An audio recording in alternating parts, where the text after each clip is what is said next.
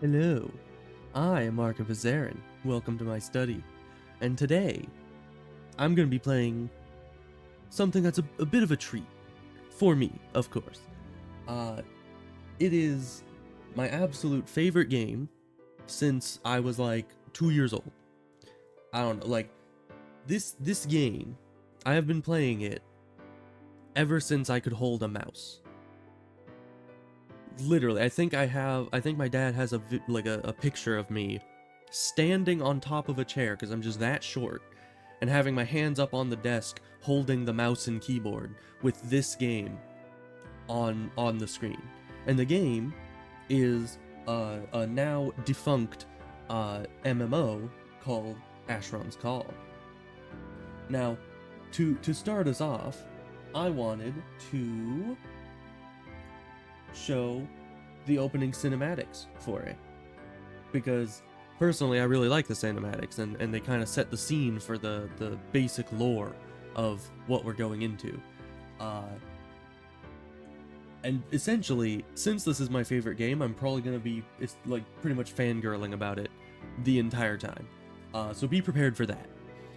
But I'm also going to be talking over the opening cinematics. There's one for the base game, which is the one that I have on screen right here, that isn't started yet. I also have one for the first the big expansion that I think was in 2005 or 2006. Oh yeah, this is an old game. Hence why it is in the retro category, because this game is, I think, 24 years old now. And I was debating whether to put this into the retro category or the category of Asheron's Call itself. But first of all, the retro category has a lot more viewership. But also, I figured I could fit it in there because I looked up the definition of retro on Google, and it said pretty much any games older than 20 years could be considered retro. So this definitely fits that bill. And for the Twitch category, they said like anything that inspires nostalgia could be put in the retro category, essentially. So that's why I chose to put it in there. So yeah, let's get started with this. As I said, I'm gonna talk over the thing sometimes, because in my Dark Souls 1 VOD, it was like, oh, this opening cinematic doesn't seem to be you talking. We're gonna mute it in the VOD. And I'm like, come on, man. I just wanted to have the cinematic play. What's wrong with that?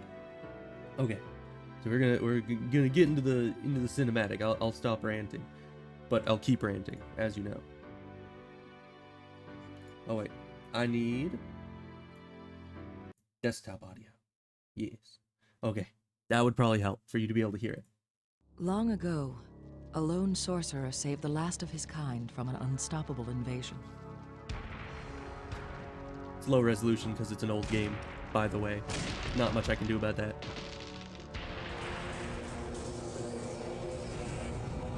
The Empyrean left this world to a race of insects, the The Ulthoi.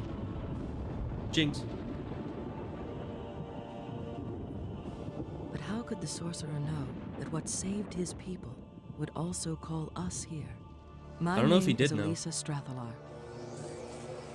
Years ago, I was a commoner of Isfar, seeking nothing of adventure. But adventure, it seems, sought me. That it did. The hive ran with brutal precision, slaves and drones bent to the will of the Ulthoi Queen. I learned their patterns, to recognize the foul scent of their coming and going. I ran when the time came. After searching for hours, Love the Ulthoi. I found a way out. They're a great, menace to society. Just like me. Soon after, I met Thorsten. Though I think they're more of a menace. Together we sought a way to liberate the land. The tower was a mystery in a world of mysteries. I searched for a way in and found him. Asheron. The sorcerer. Asheron. Yes, that's what I said. She keeps stealing my We lines. were the first humans he'd seen, having spent years seeking a way to eliminate the Ulthoi he'd brought here. He had knowledge and magic, but he could that a not bodkin stop head? them alone. We would be his champions. Our fellowship sneaked back into the main hive. Thorsten led the charge. Our goal? Attract the attention of the Queen. It worked. You know, I just realized Thorsten in this is using a two-handed axe, I but watched two-handed as she combat sliced through our fellowship. as like a mechanic in the game wasn't added I until watched much as later. her dark majesty slew the one I love. Rip. He did. One arrow fired in vengeance ended her reign. She did. Looked like a lightning arrow? I don't know, lightning's not all that good against Ulthoi. I don't know what Asheron was thinking. The Ulthoi War is over. More humans arrive every day. Together, we strive to make Dareth our home.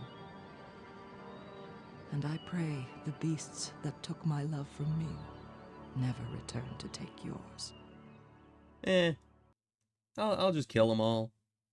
Okay, so then we're gonna go to a BRB screen as I get my next vidya, which is the Throne of Destiny cinematic. This is the cinematic from the 2005 expansion of the game. This introduces the Viamontians, which are pretty epic. I like the Viamontians. But the cinematic should be better, because it was made, like, 5 years later. The Duke and his daughter. Murderers, deceivers, traitors. They sound nice. They began a war they could not fight. Those are some nice arrow movement patterns they got going on. Battle to their door, they fled through the portals of the blood. You know, it's not like a big organized volley like in a lot of movies. It's actually just fire at will, which is probably more accurate. The fire arrows aren't exactly accurate, but in this game, you know, you have enchantment and all that. You can enchant your arrows with fire.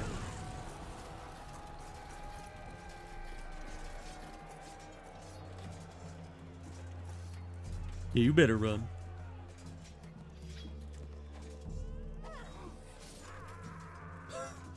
Rip that guy. Jeez. How the heck did she throw that sword like that? That thing was huge.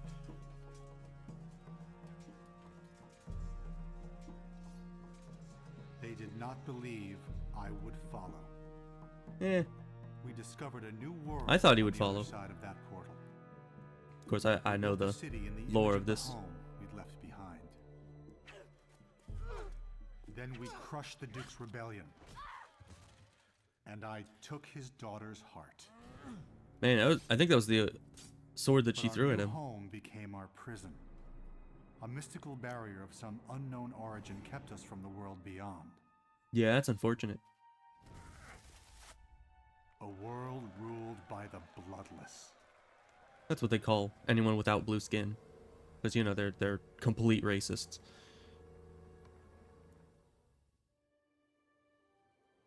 With the help of shadowy allies, my mages sought a spell that would shatter the magical boundary. Fun. While I reshaped my army with powerful magic. Not fun. No, that's a bad idea.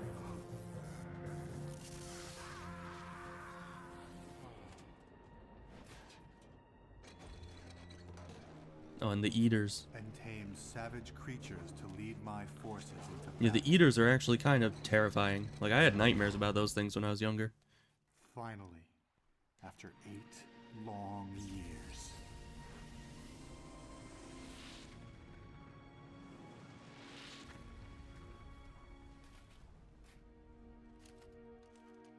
Oh, the mage died. That's unfortunate for him. We forged our freedom. Soldiers of Viamont, today we go to war! It's true. Yeah, so that's the Throne of Destiny cinematic right there. Okay, so let's go back to Be Right Back. Back to back. And then we can, let's see here. How do I do this? Let's see. we're gonna go here and then turn off that. There we go. Okay. So here we are. First of all, the window right now is pretty small. That's basically the biggest I can make it for the entire character creation process. But let me first let's just go to create character real quick. But let me explain a little bit more about my relationship with the game. So the game, it was released in 1999, of course. What wasn't? Uh, but I didn't really ever get good at it because, you know, I was young, very very young at that point. And so it basically the game then continued on for a good 18 years, I think, cuz it stopped getting updates in 2014 and then the servers were shut down in 2017. Uh which kind of sucks. I was very sad. And I really wasn't ever all that good at the game throughout its official life, but after the game shut down, the game just had such a hardcore audience that they literally started to remake the game from the ground up in emulators. And that's how I'm able to play it right now, is because this is on an emulator. And it's actually really cool because up until recently, the emulators weren't really good enough for you, or like accessible enough for you to be able to uh actually have it like a personal server on your computer. But this right now, okay, it took me like a full day, like an entire probably 8 hours straight of me just troubleshooting and downloading and everything. And it took me a long time, but I did get my own self-hosted Asheron's Call server on my computer, and it runs like a dream. Like, the game itself is generally like, when I used to play it, even on the official servers, it was laggy. Like, nobody can argue with that. It was most certainly laggy. Uh, but when it's on your own computer, you have, like, I think I looked earlier and it was like 10 milliseconds of lag. There's literally no latency because I'm connecting to myself. So it's amazing. It's immaculate.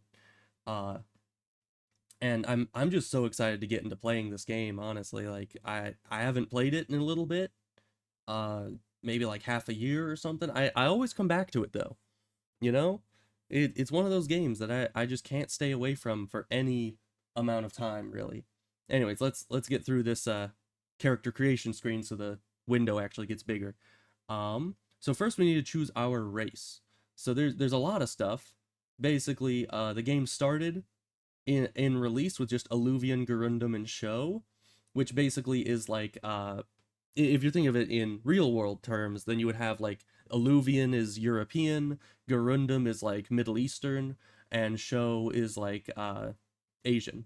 And so you got those three types right there. And then, as you saw, there's the Viamanians, which were in the Throne of Destiny expansion. You saw that video just a second ago. Uh, you can also be one of them, or you can be Umbrian or Penumbrian, or Penumbran. No, Penumbrian. Yeah. And those are shadows.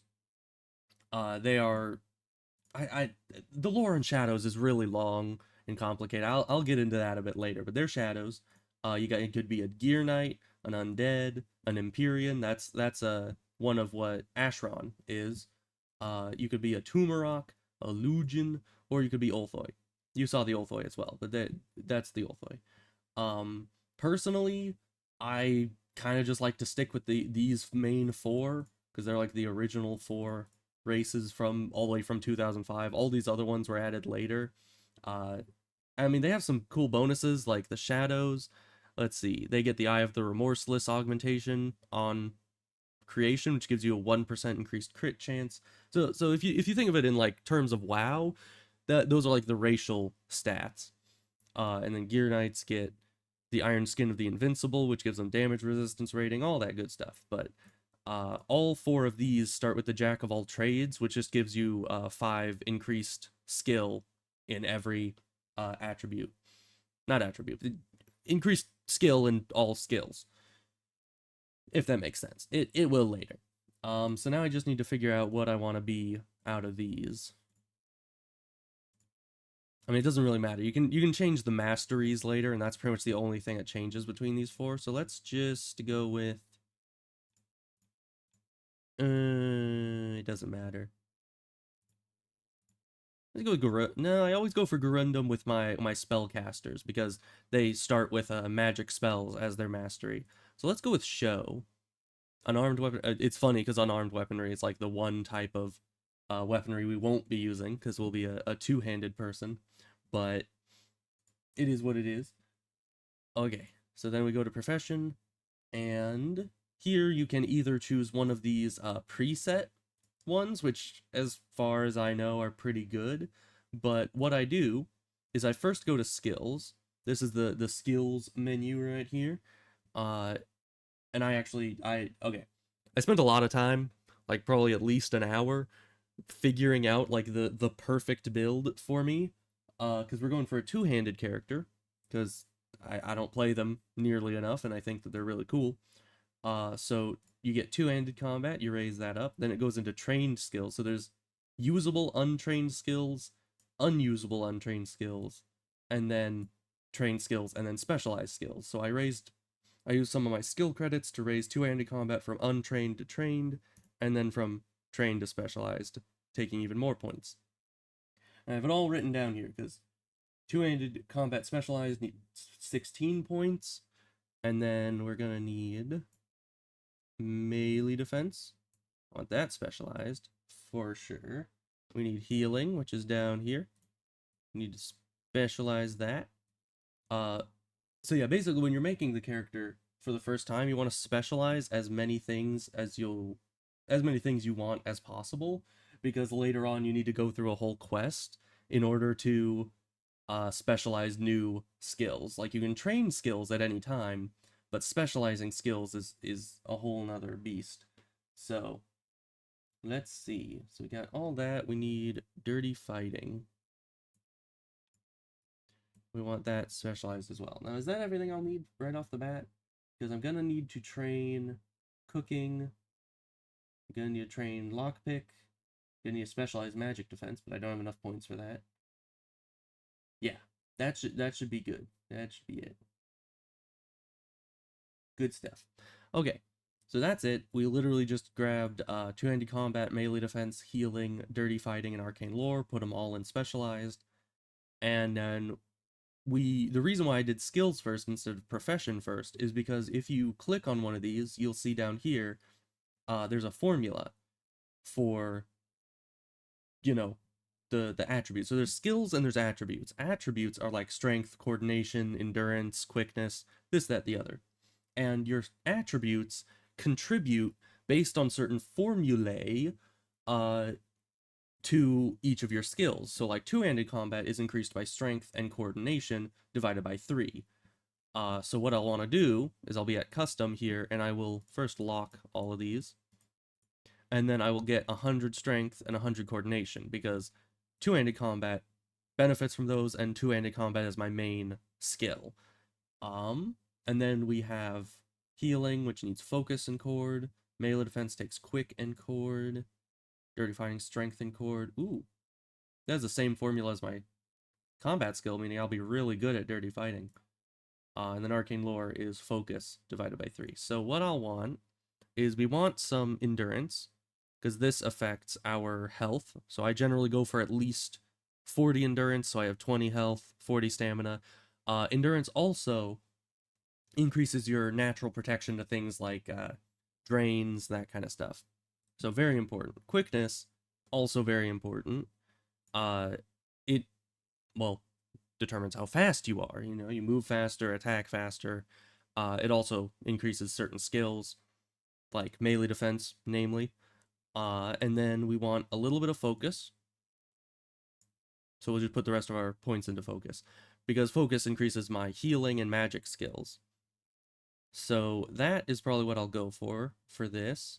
I could sacrifice some endurance, get some self, but I don't think so. I mean, I will be a spellcaster later on to like be able to buff myself and everything, but until then, I'm just leaving it as is. It doesn't need to be perfect because, you know, you'll get XP throughout the game and be able to raise these independently later.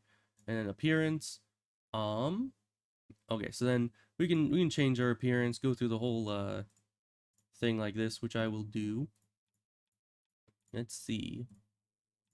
That's like this is like our go-to hairstyle. But I think, let's see. Got pigtails, mohawks, spiked hair. You know, like half of these I've never used. Let's see. Where's there? I'll go with a ponytail. Because who doesn't like ponytails, honestly? Dark brown, light brown. Oh, that goes to blonde. Um, yeah, dark brown. We'll go with dark brown. Okay, we're going this way. All right. Green eyes. That's fine. And then on nose, you can change skin color here to be either lighter or darker, or like a absolute rave. I don't know. We'll just set it. I don't know, just right in the middle, I guess. I don't really mind. Either way. Especially because, I mean, you end up wearing armor 90% of the game. You don't even see your character, but, you know, might as well put some effort into it. And the noses, they don't really do much. I mean, it's a tiny little detail, but we'll do it. Let's see. Yeah, it looks fine. Go into a character customizer. Yeah, this changes the eyes. There's just a bunch of different ones. Doesn't really. Yeah, we'll.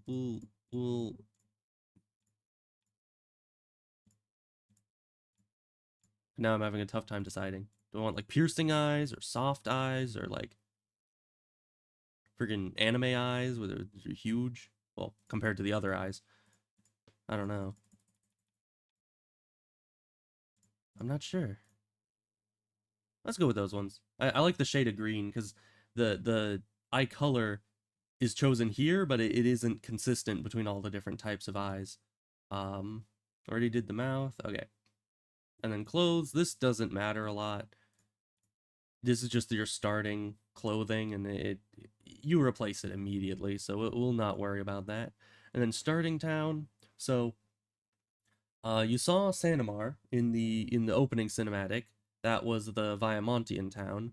Holtberg is the Alluvian hometown. Urak is the Garundum hometown, and Shoshi is the Show hometown.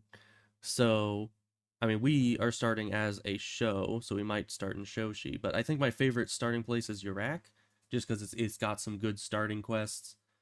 Um, but I might as well start there because might as well do some things different than I normally do. And then we'll just name our character Avara, as I always do. Oh, but the coolest thing about this game, the thing that I like about this game much more than any MMO I've ever played, is look at this.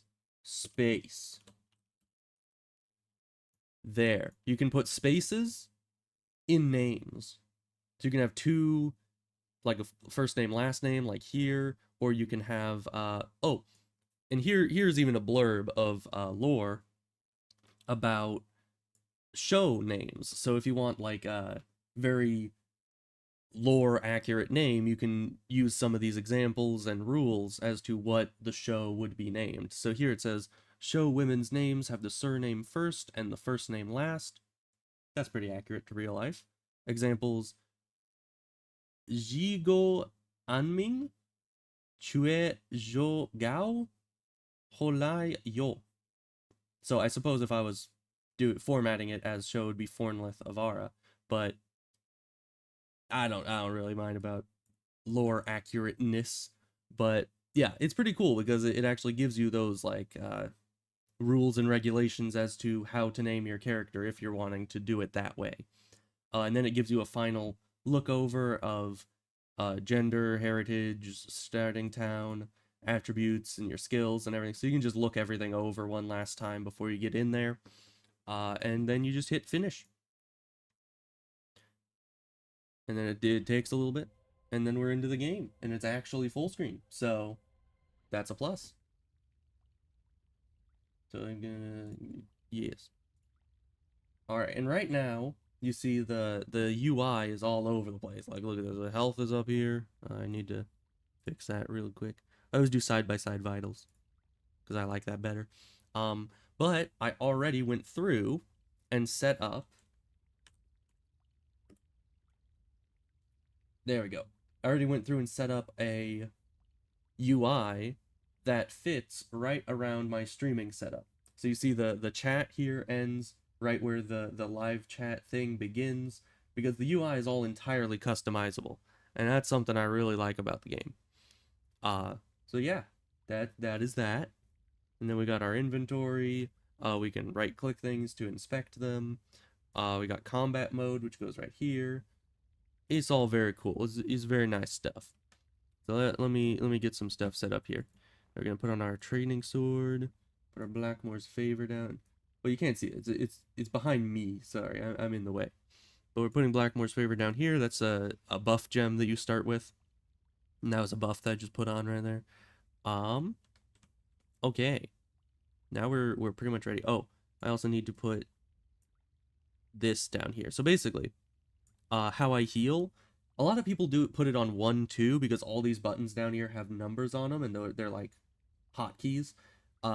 Most people put healing on 1, 2 because that's right above WASD and it's easy to hit. But way back in the day, why is this here? This doesn't need to be. We already have a go arrow. We don't need to know. Well, we could probably know what date is. Anyways, back in the day, my dad taught me originally to do 8, 9. So that's behind my character over here is 8 and 9 over there. So yeah, I put healing on 8, 9 as always. It's a bit out of the way, but muscle memory is stronger than convenience, don't you know? So first things first, we're in the training academy right here. That's what this place is. And we need to give our calling stone to this person. Now, what I'm going to try to do, because I've never done this in this game, no matter how long I've played it, I've never actually read all the quests. Because all the quests and dialogue and everything shows up in the text, the chat box down here. So I'm going to read out everything that everyone says. So let's talk to her first. Hail and welcome to Dareth. No time to chat. Time to get on with your training. Click on the backpack in the lower right corner of your screen. In the lower right corner of your screen to open the inventory. Click on the blue calling stone and drag it to me. And this is just a tutorial thing. I know it's a tutorial. And then it says to take the calling stone, give it to her. Does that. Why don't you go talk to the agent in the next room? Double click the doors to open them. Yeah, this is all just tutorial stuff. I know how to do it. I'm a pro here. So this is the guy she wants us to talk to. This dude is the guy to like skip the tutorial, but I ain't no wimp. I'm not doing that. I'm going all the way through the tutorial. Looks like you need some armor. There are 3 different pieces of armor here. Can you find them all? Double click on me again when you're done. I mean, I don't really want to, but okay. So then we need to go around. I know where all this armor is, because I've done this place countless times, absolutely countless times. So let me put those on. They go on our character, as one would expect. Give me the gloves. So yeah, everything's double clicking essentially. You double click on things, on corpses to open them, double click on items to pick them up. It's all double clicking.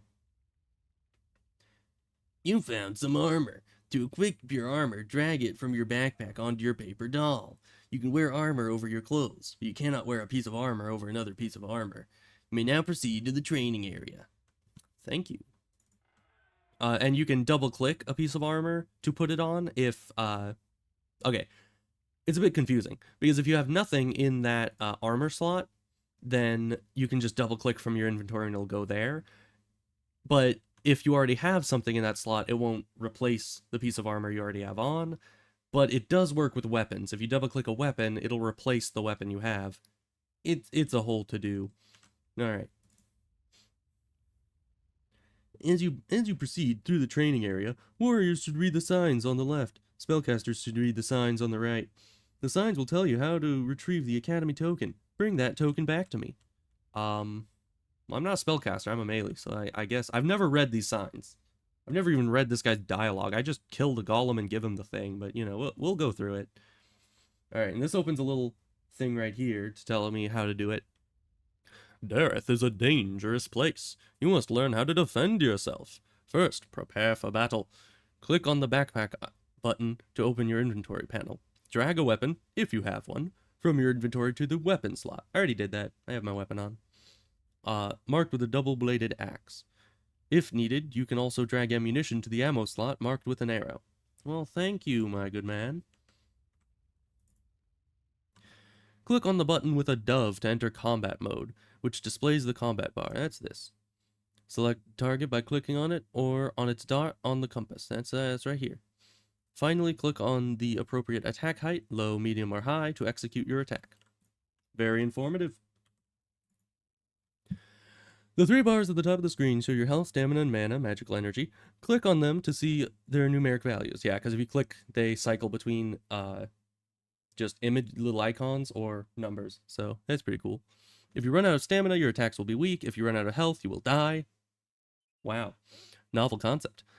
Your target's health is displayed below its name in the bottom right corner of the screen. So that's down here. So like if I click on this, you see the name and the health bar of the enemy right there. So yeah, then we'll just get to it. So the power bar, I don't know if you can see, but it says speed down here, which is the, you know, if you move the bar down this way, your attacks will be faster.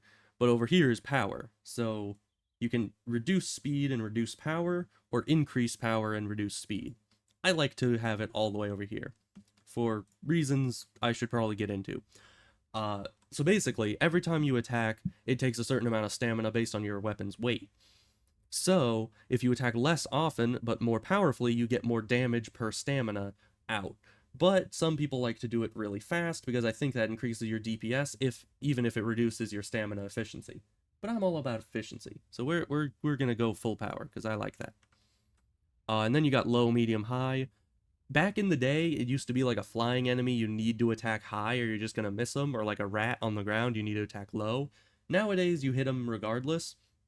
And actually, my dirty fighting skill right here, let's see, melee missile attacks weaken opponents, high reduces attacks and weakens heals, low reduces defenses, and medium causes bleeds. Yeah, so each of these types of attacks here have different effects, like debuffs that the dirty fighting puts on them. I generally go medium. Okay, and you see the bar fills up, so it takes longer the further up you have the bar. And then once it reaches full, or wherever you set it to, it executes an attack. And then all the stuff pops in down here. Like, you know, I evaded it, it evaded me, I did some damage. I delivered a bleeding assault, that's the dirty fighting. And then your killing blow nearly turns sparring golem inside out. Well, isn't that informative? Alright, so we got the item. Now we need to give it to this dude. Here you go. And then we level up. Excellent work. You have completed your combat training, and now you may now take the portal to the central courtyard. Once you have teleported to the central courtyard, speak to the academy foreman to continue your training. Well, thank you. I'll do that. So this is a portal, as the name of the it doesn't always. This is like a mod I have that shows the name above it, but generally if you hover over it, it'll say it right there, or you can right click it, you know.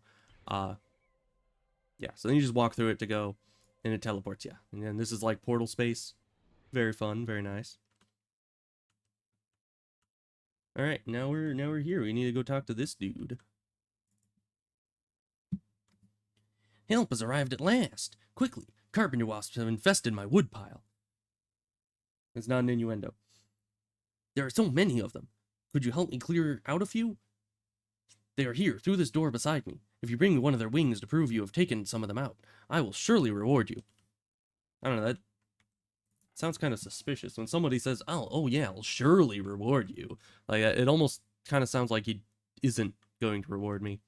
So yeah, these are the flying enemies I was talking about. It used to be that if you don't attack high, you don't hit them, but now, like, I could even hit low, and I'll wipe them out. Oh, And inadvertently, I have just revealed the strength of two-handed combat. Two-handed weapons, nearly all of them, can hit two enemies in my front arc. Normally, melee weapons can only hit one enemy, so I can kill twice as many enemies at once. Oh, neither of them dropped a wing. Well, time to kill two more. Yeah, and it has some range too. Like, they don't need to be right next to each other either. It's pretty cool. Alright, so we kill them. Hope that they drop a... supposed to drop a wing. You know, I've done this like a million times. They usually drop a wing first try. I don't know what that's about. Give me the wing.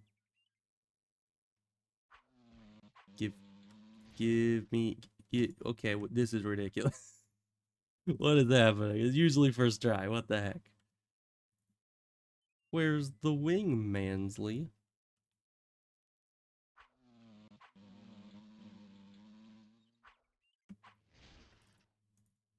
There it is. Okay, that is weird. I don't think I've ever had it take that long to get a wing. It's usually like first or second enemy, you know? I thought it had a 100% drop chance, but suppose not. Thank you. You are certainly doing your part to ensure that this academy will thrive. Let me reward you with experience. Yeah, see, I'm telling you.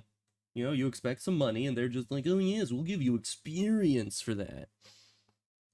You should go visit the Academy blacksmith now. The Thrungum have been stealing from him, and I'm sure he could use your help. Good luck with the rest of the Academy. I'm now level 4.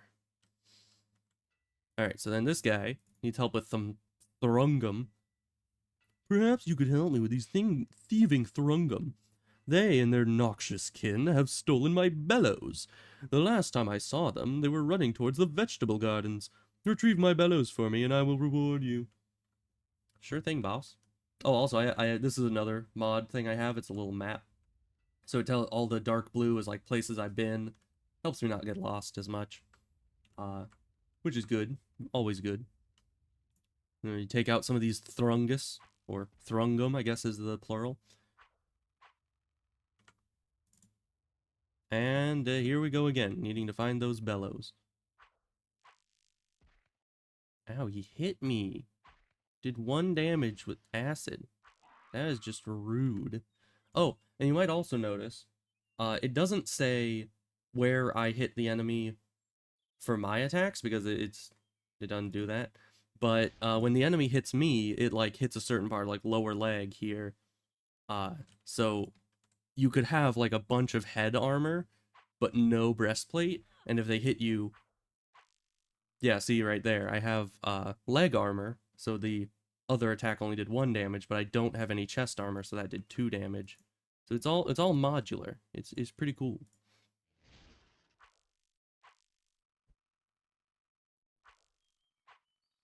One of these guys gonna give me... There's the bellows, okay. Yeah, it took a while. I actually took damage. What the heck? Alright, we give that to him. My bellows. Thank you. Take this. With my thanks. Well, you just said thank... Okay. You should visit the Academy Researcher. Purchase the oil of rendering from him and use it on your weapon. I guarantee you that oil will greatly improve your weapon's effectiveness. Use this key to enter the Academy Library. Double-click the key and then click on the door to open it. Wow. Sure thing, boss. Then use the key on the library door and open it. And then you're inside. Hey, dude. So then this is the shop menu right here. It's another thing. And, you know, it shows, like, how much money you have, how much money it costs, what item you're selected on. You have, like, different tabs and everything. It's pretty cool. Let me buy that. Okay. And then I'm supposed to use the oil rendering on this, which increases its stats to some degree. And now it's red. It's pretty cool. No, keep that on. Okay. And I usually just put these on the bar. Oh, I need to read his dialogue, of course. You wish to purchase the oil of rendering? Please do. It's the only thing I have left. Excellent choice, my friend. He's just rubbing it in. Like, I buy the one item he has, and he's like, excellent choice. Like, bro, it's the only thing there. And he says, walk upstairs and visit the senior guard. I hear he has a job for you. While you're up there, you may want to pay a visit to the wordsmith, shopkeep, and academy crier as well. I mean, I don't really want to, but I guess I should. Wordsmith, I've never talked to this guy in my life. Gave me a book. If you want to talk to other people, you need to learn how to chat. To type a simple sentence, press enter, and then enter your text and press enter again. Take this book. It will explain the chat system in much greater detail. Wow. I mean, that must be a riveting book, just talking about chat. Yeah, enter, send private tells. Yeah, tell Bob, hey Bob. Sure. Yeah, that's how it works. So yeah, what they're talking about is this. There's a little chat bar here, and then I can even click on this and do tell to the person I'm selected on. This means, yeah, ignore, so you can like block someone. And then there's a bunch of different chat channels, like general, look for group, trade, all that good stuff. But I don't need any of that because I'm on my own private server and there's nobody else here. Like it's literally just me. So, Academy Crier, what do you have to say? Town criers like me are available in most major towns to tell you the latest news and events. Double click on me for more tips. Look at the green buttons under your inventory. Click on the one with the silhouettes to open your allegiance, fellowship, and trade panels. Double click on me for more tips. You know, I think I'm good. You know, I already know all this stuff. I've been playing this game for like freaking 20 years. I don't think I need some weirdo telling me to click on buttons. All right, and then there's a shopkeep. They sell bags for, I think, significantly less money than they do out in the real world, so... Welcome to my shop. Appraise items in my inventory by right-clicking on them. Scroll down through my complete inventory by clicking on the green down button. Buy items from me with double-clicking on them. Yeah. Okay, so I'm gonna buy... probably just a couple packs here, because I'm gonna need, foci? Foci? Foci? I never know. Not like there's any voice lines in this game. They you just need to, it's up to interpretation. So yeah, here's what I was talking about. You can like scroll through the different tabs and that gives you different things. Is there? No, it's just cake, pie, steak, and chicken. I was hoping they'd have a Holt burger, but I guess this isn't Holtberg. Alright, senior guard, hello. A hive of Wolfoid just breached the walls of the outer courtyard. I need you to help us in clearing them out. Go through this portal and talk to the sentry. Go. I mean, this guy's level 10. He's got like an epic. I mean, look at this. What the heck? He has a sword with level 6 spells, a Varindi Slayer. Why is he sending me, the level 5 plebeian, in there to go 1v1 some Ulthoi? Like that? I never understand. It's like in WoW when they're like, go kill 10 wolves.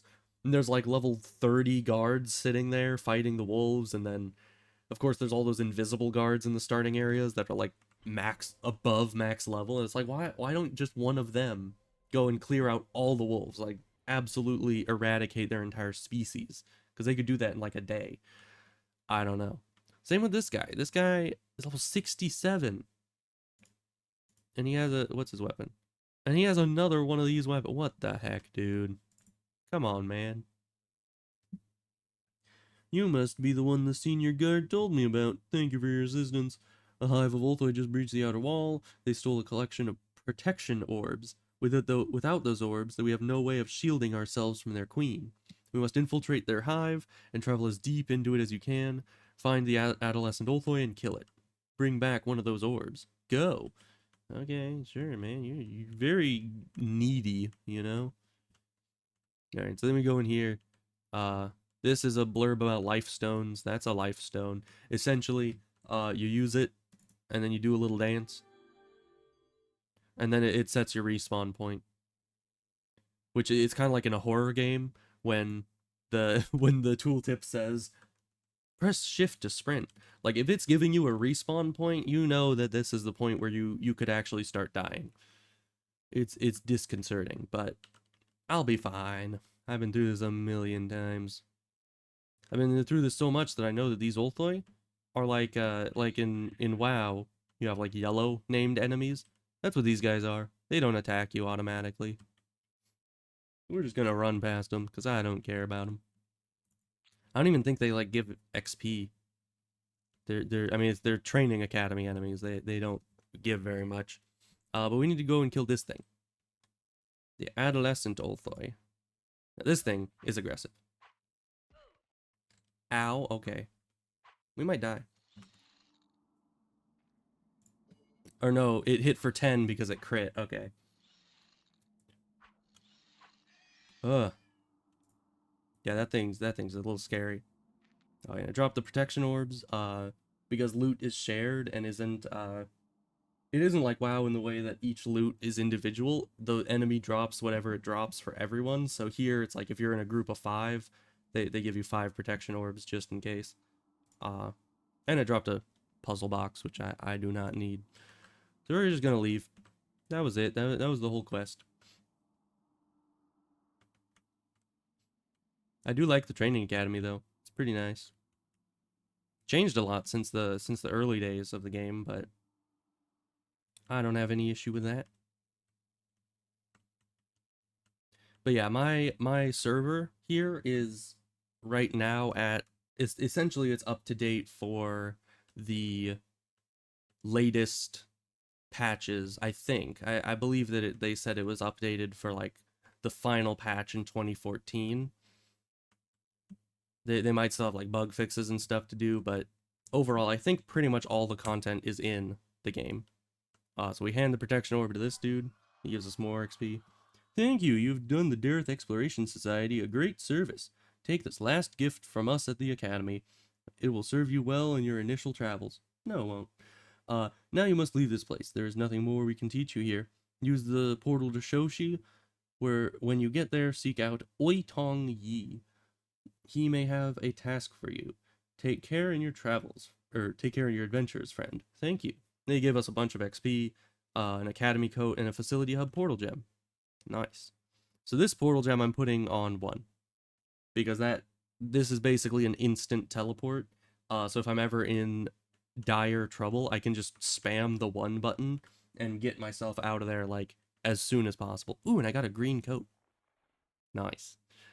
Because there's like 5 different colors of coat that you can get, and green is like one of my favorite.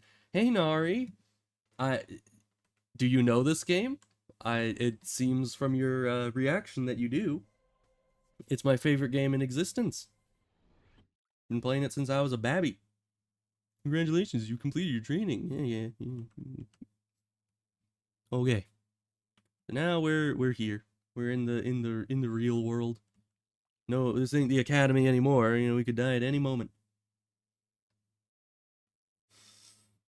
Oh, really? Oh, that's great. I talk about this game all the time too. Like in Morg stream, the 500 enemy kill task. That's this game.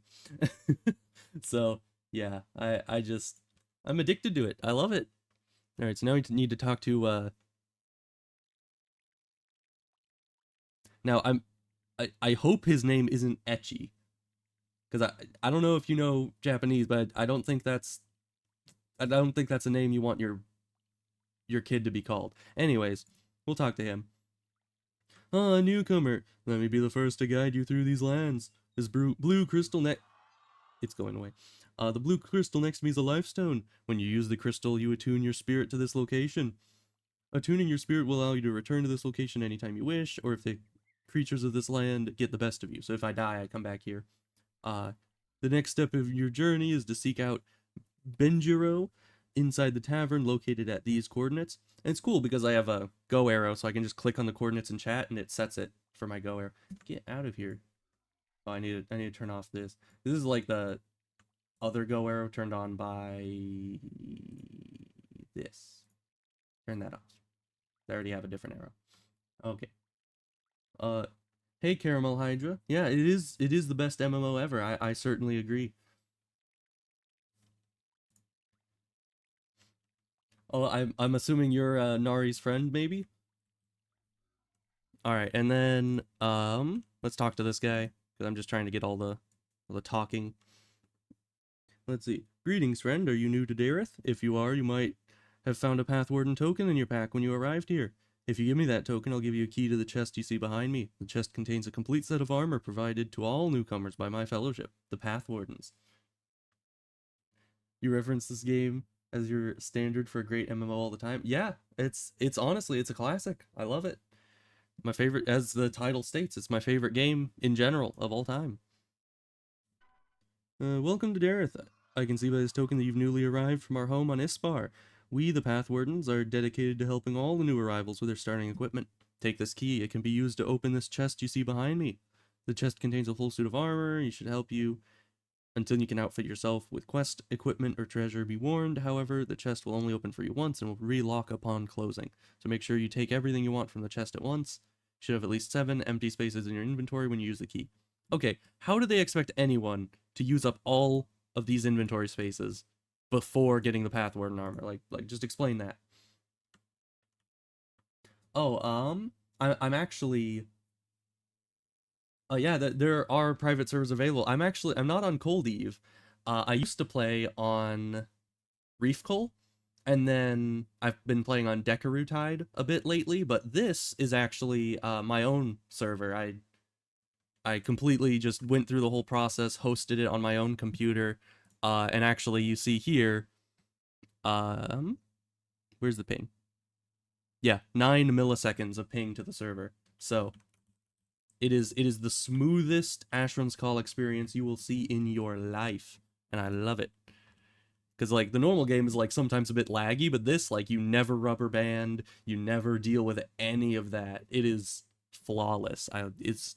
It's so good. All right, so then we use the key on the chest and pick up all the equipment because we're a melee dude, so we're gonna be getting all the big armor to not die, hopefully.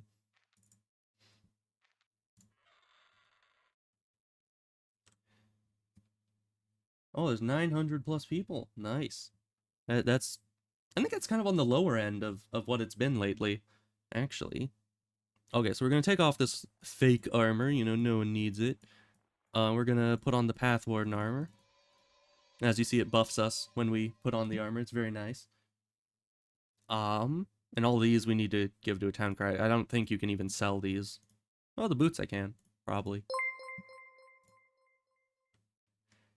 Oh, thank you for the follow, Hydra. Should I call you Is it okay? I never know if it's caramel or caramel.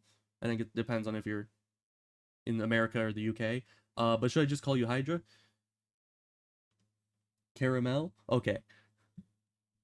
Let's see. So that's all our Pathwarden equipment. We also get the Pathwarden trinket, which increases, gives us augmented understanding, increases the XP we get. Very important. Oh, and the town criers in this place are like way off on the roads, so I'm not gonna find one of those for a while. But now I get to explain everything about the stats, which, I mean, I'm pretty sure everyone in here already knows how the stats work, but I've been explaining everything else, so I might as well go through it. So I briefly touched upon it, that there's attributes and there's skills. Attributes combine together to increase your skills by a certain formula listed there when you hover over the things. So you get unassigned experience. Okay, when you fight things, you get experience in your skills directly. Like, you see this blue bar, that means that I've hit things with my two-handed sword, and that is increasing the direct XP into the skill. But that's a very small amount of XP, and oh my gosh, I don't want to tackle the white rabbit. No, that's for later. That is for much later. Uh anyway, anyways. So you can either raise it just by attacking things and it'll go up slowly by itself, or you get, as you just fight things, you get unassigned experience, which you can assign to your skills independently, or you can also put it towards your attributes. For me, oh, and there's also like a bunch of math. Like, if you want to be super efficient, you see the two-handed combat is strength plus coordination divided by 3, meaning if you want to be fully efficient with it, you never want your strength or coordination to cost more than 1/3 the amount that it costs to upgrade this. So there's some math involved, and I love it. So I'm just gonna up this a bit, a lot, get that to be an even number, because I'm picky. And then we're also gonna up our arcane lore a bit, because I have a bunch of stuff, so I can just kind of, I don't need dirty fighting all that much right now. I definitely want to get my healing up there so I don't fail to heal myself. I definitely want lots of melee defense. And then I'll increase my strength and coordination and my health and probably my endurance. Just make it so I don't die immediately. There we go. I don't need mana just yet. I don't have any casting things. Quickness. Need quickness. Okay. That should be about it. Yeah, and there's a +10 button and a +1 button, so you can either up your skills by 10 or up them by 1. I don't think they used to have. I think this was like a newer addition, you know, the history of the game wise. So there was a point in the game where you could only raise it by 1, I think. I don't know though. My memories of the early Asheron's Call are incredibly hazy, seeing as how I was like 5 back then. You know, it wasn't very it's hard to remember things from that far away in time. So so then along with my go arrow, which is this, I also have a map. So this is the entire world map. If you're used to WoW, you might think like, oh, there's different zones and stuff and loading things, but there's not. This game is entirely open world. Every inch of this map you can go to, except in the water. Yeah, and so then I can zoom in. There's all these dungeons, locations, portals, all sorts of cool stuff. But we'll get into that in a minute. I need to go talk to this barkeeper, which is over this way. Oh, and also you have strafing, which is something I really wish they had in WoW. I don't know if they do have it. I've never actually looked. But yeah, you can strafe. If you get really good at strafing, you're unstoppable. You can like strafe around corners, make your movement really efficient. I think the guy I need to talk to is here. Yeah. Oh wait, but I don't need to talk to the barkeeper. I actually need to talk to this guy. Hey there, pal. Always a pleasure to see a new face in town. Okay, you're going too fast. The bartender next to me sells a few contracts. Contracts are a great way to find work around here. Sometimes people will even reward you with a pretty penny for your efforts. The contracts are sealed with different colored wax to note their difficulty. A greenhorn like you should stick to the blue contracts for now. Make sure to stop by Pathwarden Koro Ijida over at these coordinates. Before you go off and make a name for yourself, simply hand him the Pathwarden token in your pack, and he'll give you access to a full set of armor that isn't to be sneered at. And don't forget to visit, I'll just call him Etchy, because it's funny. At this, he will instruct you in the ways of the Lifestone. Oh yeah, one last thing. If you're ever finished with a contract, simply get rid of it. Alright, and he gave me XP and money. Alright, I actually never used the Lifestone in town. I should probably do that before I die.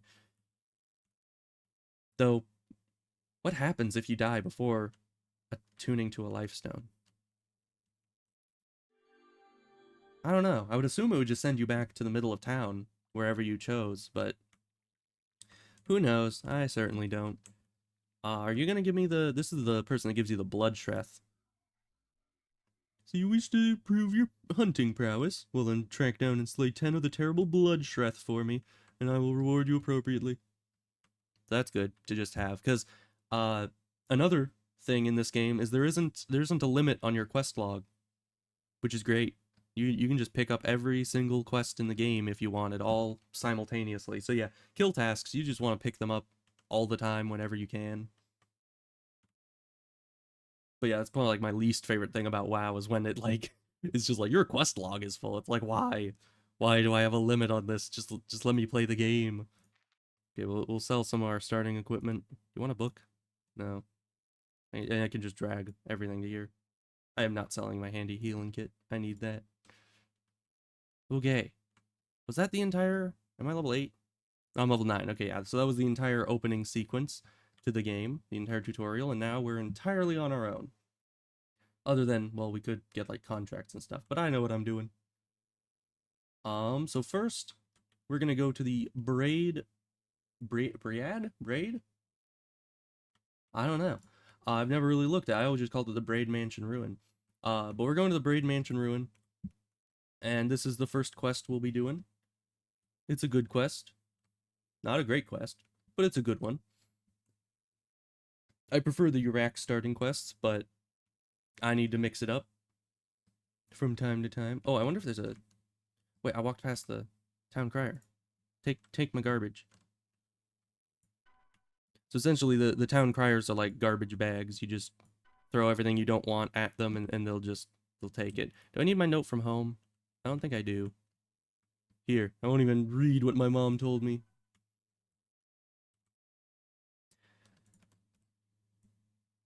Alright, so I should have turned this back into the Path Warden, but I'll do that later. I mean, back in the day, you could just go to Holtberg and get buffed and go straight to Ulthoy Arcade, but this is a private server, so I don't have any buff bots set up. I mean, I usually prefer not to use buff bots in the first place, just because I like the added difficulty of doing everything yourself. But yes, it certainly does make leveling up a bit harder at first because you don't have buff bots or anything. Alright. And then enemies drop loot, as is to be expected. I always pick up the peas, because this thing only weighs 10, but it's worth 500, so I pick up those for easy money. And I don't... Man, why is like a minimum level enemy dropping this kind of stuff? I don't know. That looks a bit overpowered. But don't need either of these, really. Get more money.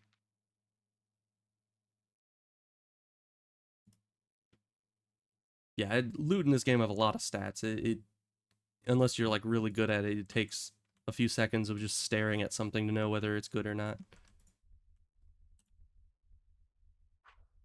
But at this level, pretty much the Path Warden armor is going to surpass anything I find, so I don't need to worry too much about it, except for weapons. I'll look at weapons.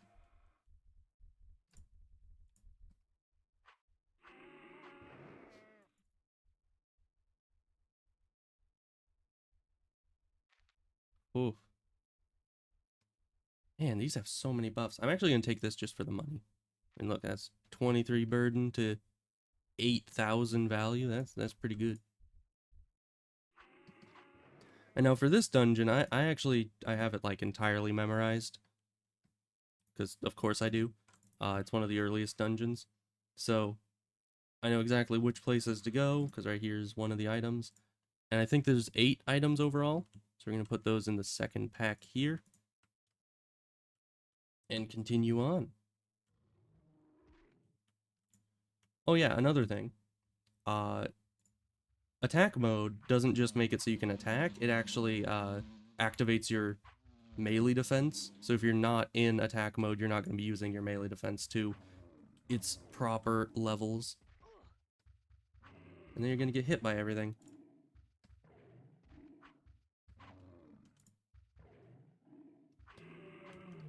Two-handed combat. You gotta love it.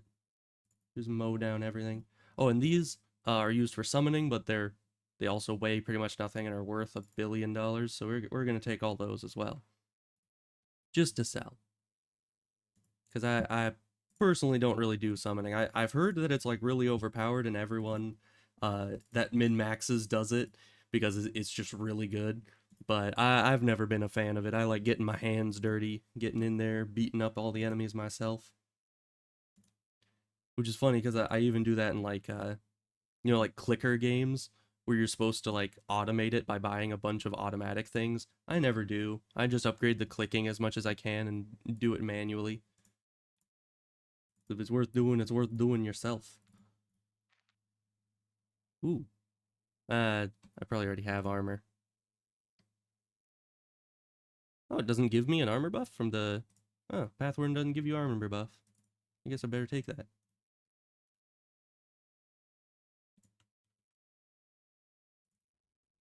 Oh yeah, and the Fintos Wasp Wings are just a trophy item, so I can turn those in later for some XP. Always nice. And that's another quest item. So let's see. We already have 50, I think, was this 52? Yeah, it requires 52 arcane lore. So that's what arcane lore does. It lets you activate buff armor and all that stuff.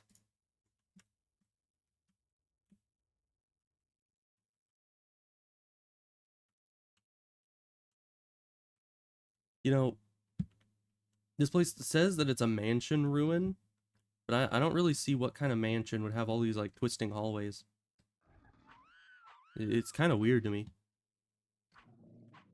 Wow, I'm not an architecture genius, so maybe there's some hidden efficiency to the winding hallways setup. And that just goes down, so we're gonna go back over here. So yeah, the starting quests aren't really, they're not really a threat. I mean, they used to be way back in the day, and on a Dekaru Tide, they're certainly threatening, but never mind, this thing. Yeah, so that was a spell. Spells hurt. In the late game, that personally, like, spells are the only thing that really scare me, which is why on this character I'm gonna specialize magic defense, because I don't want to deal with getting one shot by spells all the time, which I probably still will. Because, I mean, there's ways to avoid it. There's like a magic absorbing shield and all that, but as a two-hander, you don't get access to those. There's like literally nothing you can put on that reduces the amount of magic damage you take as a two-handed person, so I'm very scared of magic spells later on. But we'll deal with that when we get there. Alright, this has the gem. Put this over here. Oh, and I need to put the guitar over there as well.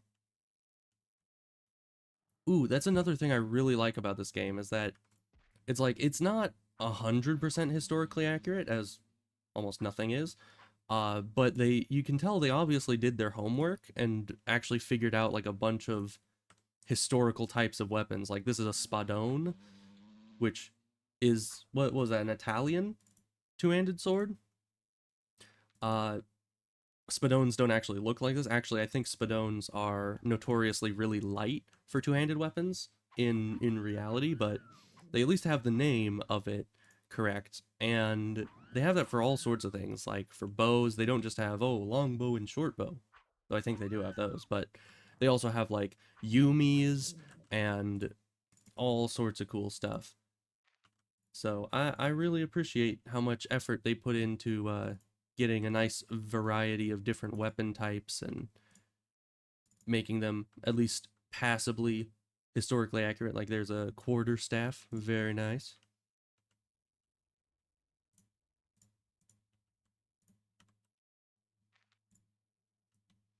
There we go, and let's see, that's 5 items out of, I think, 8. I believe all of these find this many items in a dungeon quests are 8 items.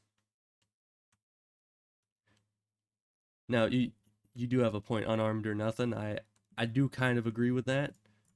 I think personally unarmed is my favorite type of weaponry in this game, but you can't just go with unarmed every single time, because I think that would end up, I mean, for me that ends up getting a bit boring, because you know, you just have to do the same quests to get the same weapons every run.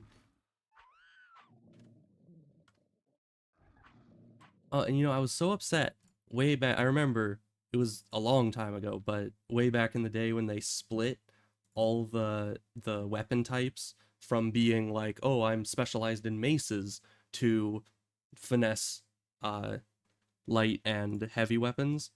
It was quite upsetting, because like my mace character that I had back then, he just had like a bunch of maces, and all of a sudden they were split evenly 3 ways, and I'm just like, well, what do I do now? Like, I lost half of my or 2/3 of my entire weapons arsenal, because it just split all of them down the, well, it wouldn't be down the middle because it's into 3, but you know what I'm saying. It was traumatic. Yeah, I do kind of wish that there was just like a little module I could put into the modern version of this server and kind of roll everything back to being weapon type specific, because that would be nice. Ooh, this is a lot of mana on it. I'm gonna take that. All right. And for mana, it's just a quick blurb here about mana. So mana, any item with spells has mana in it, and it uses up mana once. This one once every 30 seconds. Every piece of armor and everything has a different amount of time that it takes for one mana to be used up, and these have lots of mana in them. So what you do to keep those charged up is you use a mana stone on a high mana item, and that will destroy the item and transfer, here the efficiency is 25%, so 25% of the stored mana on the item becomes stored mana in the stone, and then you can use the stone on yourself, and that gives the mana to your items and has a chance of breaking the stone itself. So there's that whole thing. At times it can kind of be a chore, but you end up getting like a million different really good mana stones in your bags, and then you only need to think like once every few days to even recharge them, because you just have a million of them in there. Let's see. Okay, so this is just another healing kit of the same level. I'll take it. Might as well have a few. Oh yeah, but like here's a Shamshir. Like you don't see that in any other game. They just have like short sword and long sword and great sword, and here it's like actually all these kind of like a I don't know how to pronounce it, but it has one of these. Yeah. So yeah, I really like this game. Attention to detail, very nice.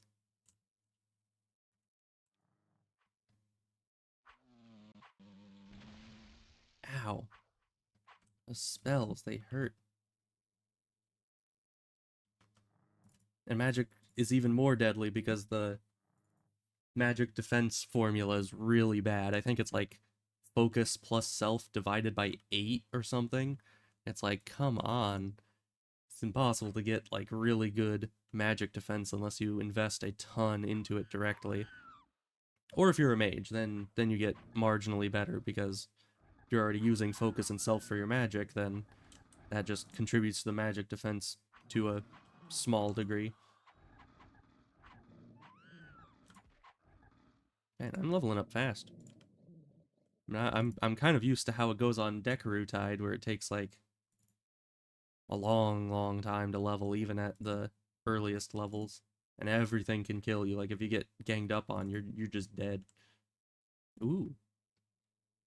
All right, so I haven't been looking at any of the other weapons because I've kind of over the years memorized exactly which weapons take which skills, but the Tetsubo, that is a two-handed weapon. I know that for sure. So that's fire. And this does slashing. This has less melee defense skill bonus, but this does fire damage, so I'm taking it. Because fire, I think, is, at least in the early game, one of the most important elements to get.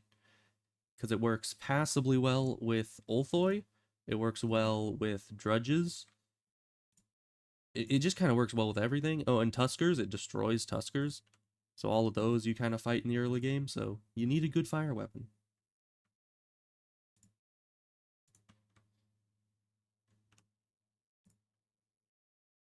Oh, I've been picking up everything to this bag. That's not good. Get in the main pack. There we go. Let's see. It's 1, 2, 3, 4, 5, 6, 7, 8.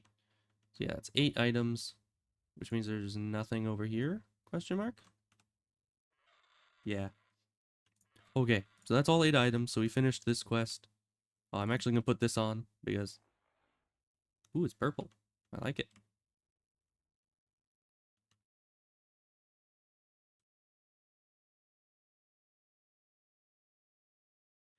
But yes, all a lot of weapons that you find will end up being elemental, and so this one's just permanently on fire, which you would kind of think that it would do like bludgeoning and fire damage, because it's still a big old mace you're hitting things with, but no, it just does fire damage, which I'm fine with.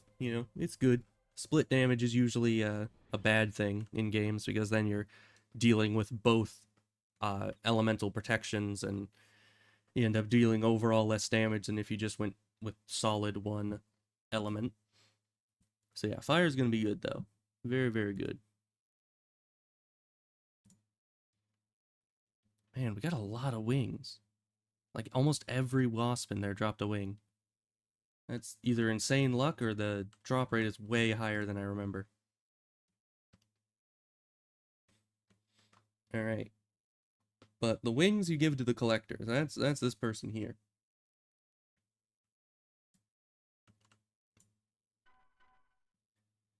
I've been seeing a lot of these. Here you go. And then it gives you experience and pyreals, which is the money.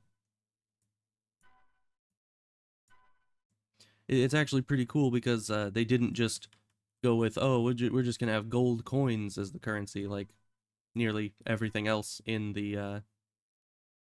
Oh, and they say a different thing for each type of wing. So they say with the green wing, they say, hold on, I'm getting your money. Next time, see if you can find a blue wasp wing. Why aren't they picky? But yeah, pyreal is essentially gold.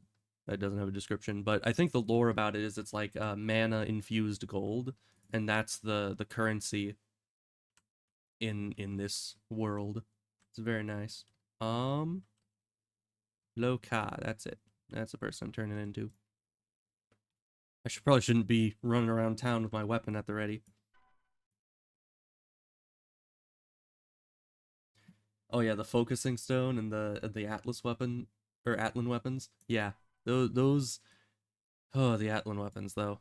Like farming up those are the ones where you need to get all the pyreal bars and everything. Those are kind of painful sometimes, but certainly it's a good quest. I'll probably be doing that on this character later on. But let's see. This guy says, those mossworts love to throw these for some reason. Thank you for bringing this one back to me. This is Biden's favorite net bracelet. Those mossworts keep stealing it, perhaps because it glitters so. Biden will be thrilled to have this back. Thank you. He's given this ring by his mother. It was a great sentimental value to him. Thank you so much for bringing it back to us. I think he's just going to say pretty much the same. Yeah. How do you even pronounce that? Yaoji? Yaoji? Is that how you pronounce that? I don't know. Thank you so much. I never thought I'd see this again. You have my thanks. You have our sincere thanks for returning this to us. Oh, and then, since you've been so kind to help us, perhaps you could also help our friend Nenai. She lives just outside Shoshi, a bit further down the southwest road than the Braid Mansion ruin you were just at. Nenai has a pet drudge. She has some trouble keeping it fed, however. It has a delicate constitution. Perhaps you could visit her and see if you can help.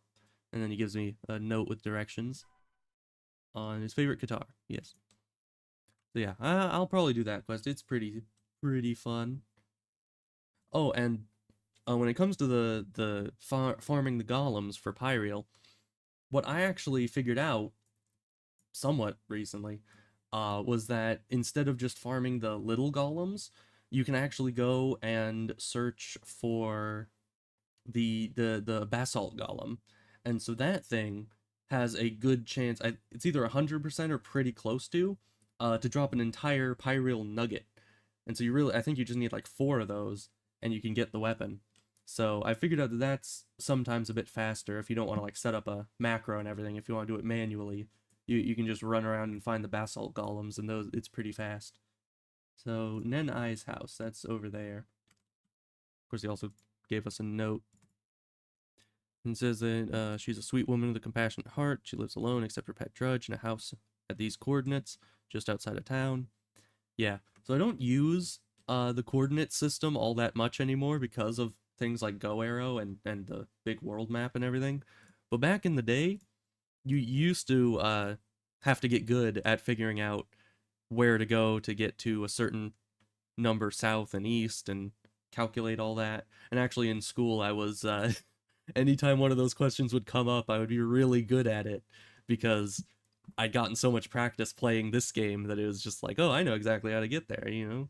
I can read coordinates like a master now.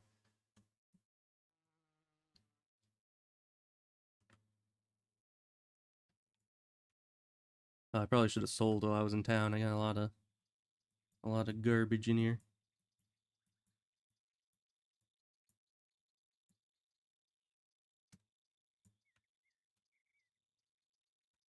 Oh yeah, and as is probably to be expected, I won't be doing any macros for this playthrough here. It's just a casual running around doing a bunch of quests kind of thing. Let's see. Yeah, we're just here to talk to her. I've tended this drudge since it was very young, and he's my friend, but he is still very weak. There are two foods that he particularly likes, and which help him grow strong. These are perfectly aged green Meyer cider and perfectly aged green Meyer cheese. Perhaps you would retrieve these foods from the dungeon just behind my house, called the Stone Cathedral. My little friend and I would both be very grateful. Sure thing. Yeah, so this is also one of the quests that has been around forever. Like all these starting quests were pretty much added in right at the release of the game. They've of course been updated since then, but yeah, they're all pretty old. It's pretty great. I remember just doing these not too long ago on Decaru Tide. There's a level 8 Drudge. Kind of spooky. Alright, so a lightning weapon. Do I need a lightning weapon? And it's a Yari, so it's a one-handed, or not one-handed, it's one target. So most two-handed weapons are swinging type, but there are some that are stabbing type, and they'll still hit twice every time the power bar goes to full, but they'll only hit the one target you're selected on. So in some ways that's good, but I don't think I need a lightning one just yet. Lightning isn't all that important of a element early on. And I'll probably find better lightning weapons by the time I need it.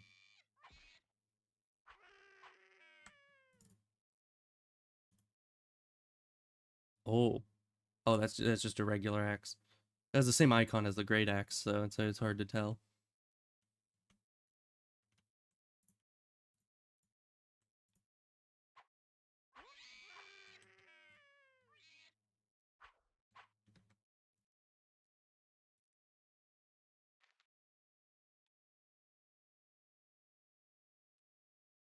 Ooh, better healing kit.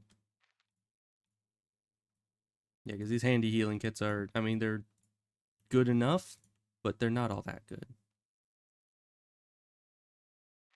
So there's the cheese. I always miss that one. I'm surprised I didn't miss that one this time, but I usually do. And then I'm running around the dungeon like, where the heck was the cheese? Because the cider's all the way at the end where you would expect it to be, but not the cheese. It's a bit of a rebel. So we need to go back, go up the ramp to the rest of the dungeon. Got my handy map here.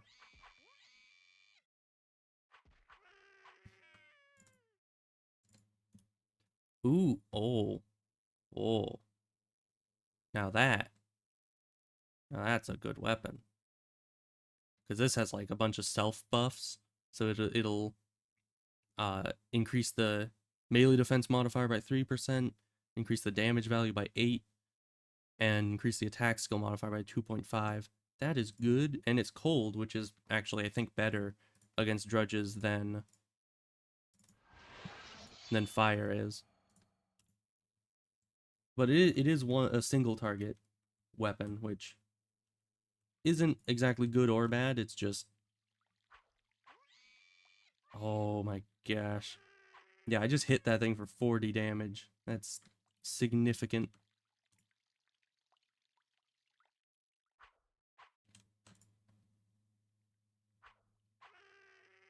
I do need some more. Oh yeah, but now it's buffed. All these are green, so anything in green is like a buffed value. And those are some high stats for this phase of the game. But I need more of this. 10 more. Because yeah, I wasn't hitting them consistently, so I need to up these a lot.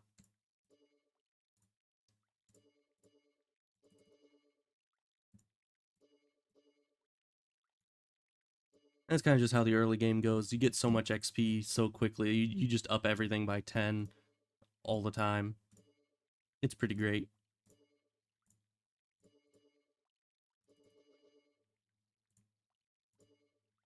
There we go.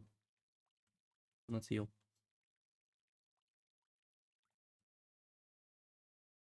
Oh, I should also probably be looking at clothing, because my character's clothing are just the baseline. And I could probably get some better things off these guys.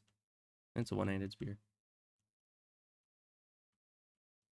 Okay, I don't think the cider's down this way, but...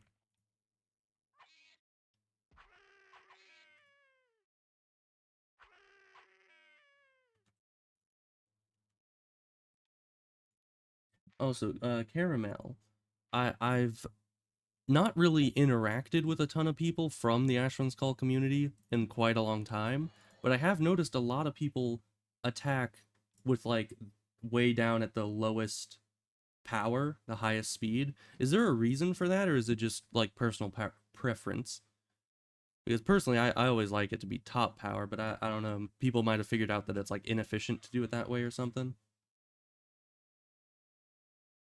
Oh, yeah, that is true when it comes to, yeah, when it comes to bows, of course, having the accuracy lower increases your DPS as long as you can actually hit the enemy, but I've seen it with, like, melee weapons, and so I never understood if that was more efficient or if people were just doing it because they liked to attack quickly.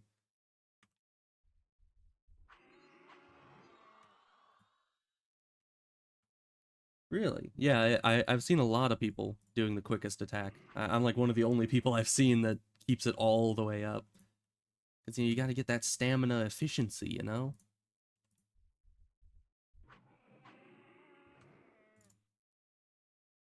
Chicken. Armor self. I already got armor. Yeah, I got that on the ring, so we don't need that. Blade protection. Yeah, might as well. New shirt. Blade protection 1. Very nice.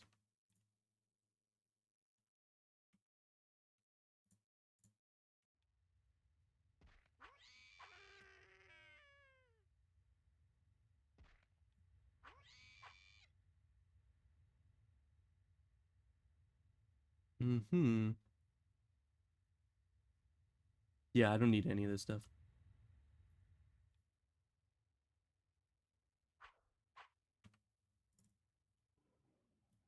Ooh, acid.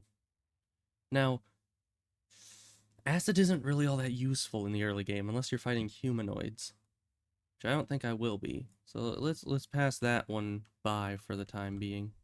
Unless maybe I should just pick it up just in case. I don't know. Ooh, a flaming pike. I already have a weapon for fire, and even if that's slightly better, it only hits the one target, so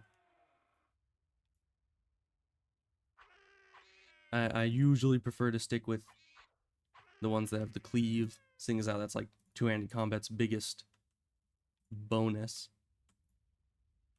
Which it always sucked because the like the royal runed weapon and the princely runed weapon for two-handed I think are both spears. And it's just like why would you do that to me? Just give me a nice cleaving weapon. Although I suppose it might have been a bit overpowered to have a cleaving weapon that can put gossamer flesh on enemies. So I guess it makes sense, but still, I can still be upset about it.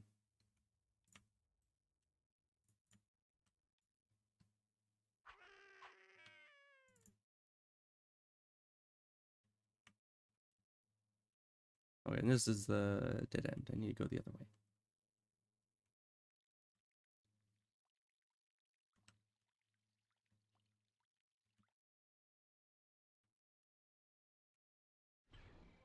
Yeah, pretty much every dungeon's a maze, and you just need to either stumble your way through it or remember how to get through. Which for most of these, I actually do remember quite well.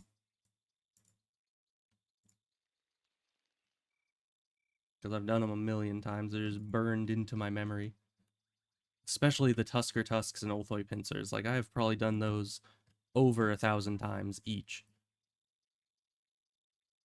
You found my cider. My little friend will be so excited. It makes him the least bit tipsy, you know? Allow me to reward you. Some XP. The cheese is very strengthening. I am most grateful that you have brought it to me so I may feed it to my pet, to my beloved pet. You've been so good to help me already, but perhaps you can do one more thing to me. My friend Oi Tong Yi follows the teachings of Zhouji. He has been searching for 4 stones that represent the Zhoujists' principles of discipline, detachment, compassion, and humility. I have recently learned that these stones may be found in the Shreth Hive. Here are directions that will lead you to Shreth Hive. Please see if you can recover the 4 stones. When you do, take them back to Oi Tong Yi in the bar in Shoshi. He will be so pleased to have them. Indeed. So let's see. Shreth Hive. That's somewhere around. Is it that? I should just look at this. Shreth Hive. So it's not that one. Sometimes the map can make it even like harder to find things. If I it's this thing. Okay. I was looking for a dot, not a little cave icon. So there we go. Now we just run straight there and complete that quest, get more levels.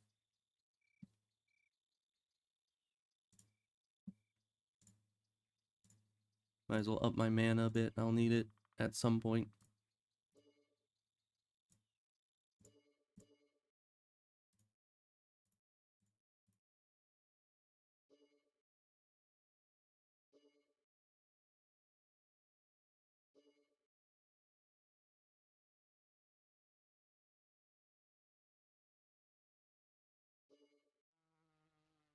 Trees. I'm not paying attention to where I'm going. I'm just throwing points into things. Let's up our run a bit. Let's go a bit faster. Bloodshred? No. Kind of had the coloration of a Bloodshred from behind. But this isn't the... No, this isn't the right Shreth Hive for the Blood Shreths, because there is a Shreth Hive that is just full of Blood Shreths, and that's the place I always go to finish the kill task, but this one, it just has the lower level Shreths. I think for Shreths, I mean, both Fire and Frost are good against them, but this has probably the best stats to damage for it. I don't know. Maybe Fire would work better. You know, you don't really see Shreths very much later in the game, so I didn't have much of a reason to memorize what they're weak to. I suppose it would also depend on what type of Shreth it is, because they're like later on I think there's like Fire Shreths or something. Those obviously would not be weak to fire.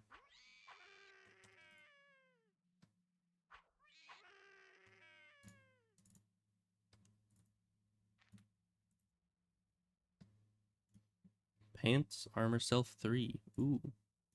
So I could get rid of the ring, place it with the pants. Do I have enough arcane lore for that? No. Okay, well, we'll keep the pants in reserve. Reserve pants. Alright, so this place I have not been in nearly as much as the other dungeons. Because I usually skip this one. So let's see if I can't remember where all these stones of Zhouji are.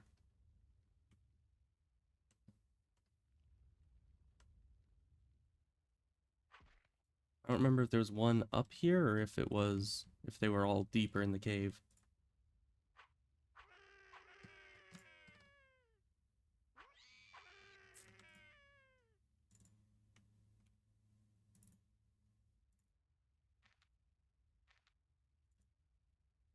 Hey, a drudge head. I can put that up in my house. Oh boy, fealty self 3. That'll help on a server where I'm completely alone.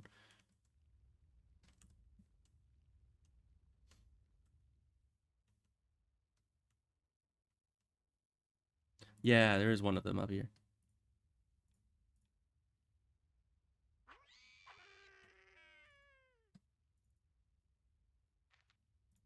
It's good that I remembered that, or else I'd end up all the way at the bottom of the dungeon and still be missing one.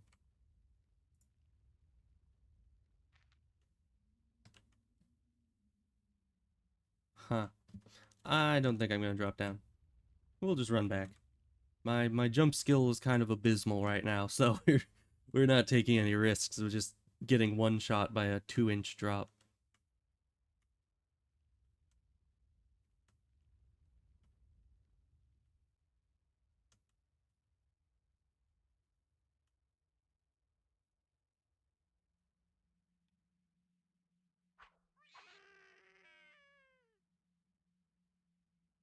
Getting so much money with all these wisps.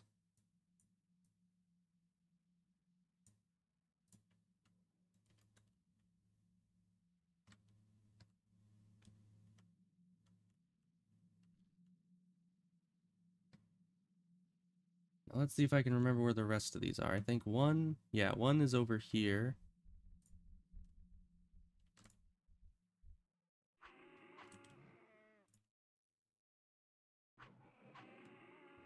They're really small, but luckily they're a little glowy, so they kind of give away their own location.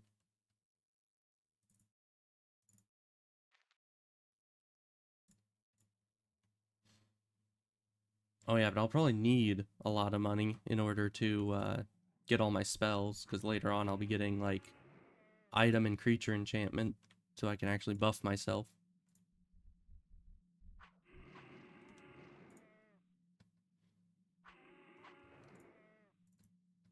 You know, spells, they're quite expensive.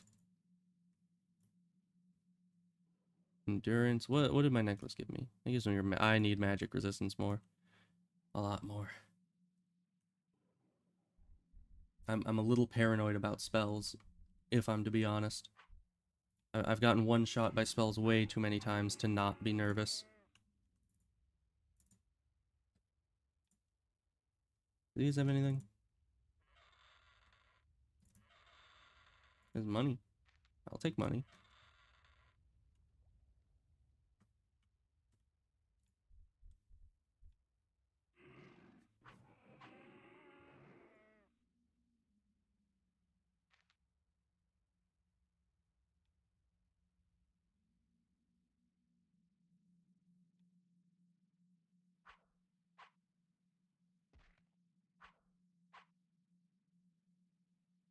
Oh, I was gonna say I could finally get a blue Fintos Waspwing for the collector who was always nagging me to get one for her.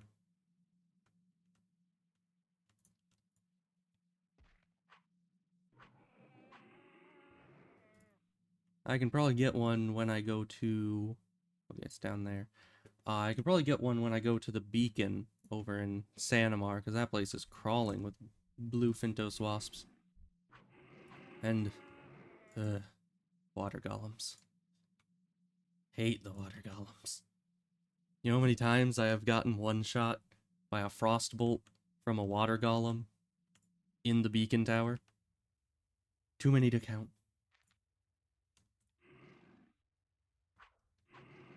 Painful memories.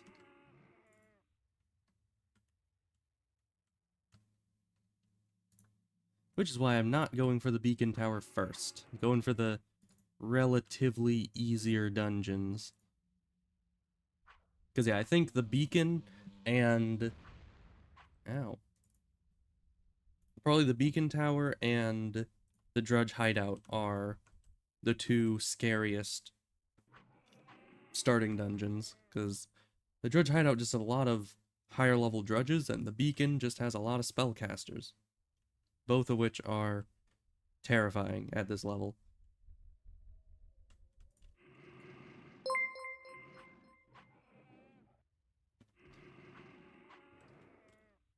Oh, thanks for the follow, Peppermint. Yeah, I'm playing a little AC, just casually running around, doing some quests, having some fun. Don't really have any exact goal for this entire run, but we're just gonna play around and see where it takes us. And that's the fourth. Yeah, we have all four. Nice. Great axe. Ooh, better slashing weapon maybe. Oh, that's missile defense. It's always funny when something doesn't have melee defense but has a missile defense modifier on it. I don't need a willpower buff. Not right now. Let's see, can I wield this right now? I should be able to. Let's give that a try. That is a lot of attack skill. And some good, pretty decent damage. I think that's the highest damage we have on a cleaving weapon thus far.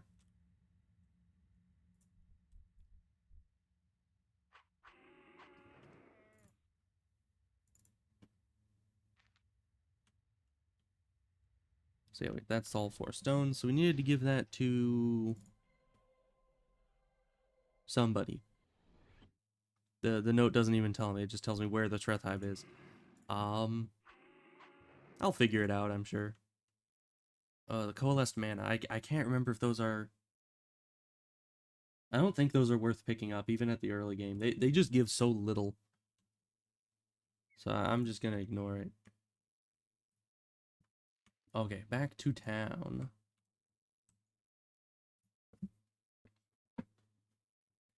But yeah, Peppermint, if you weren't here earlier, I'm on my own private server. So no one else is here, and I have like literally around 10 milliseconds of ping. So it's very nice.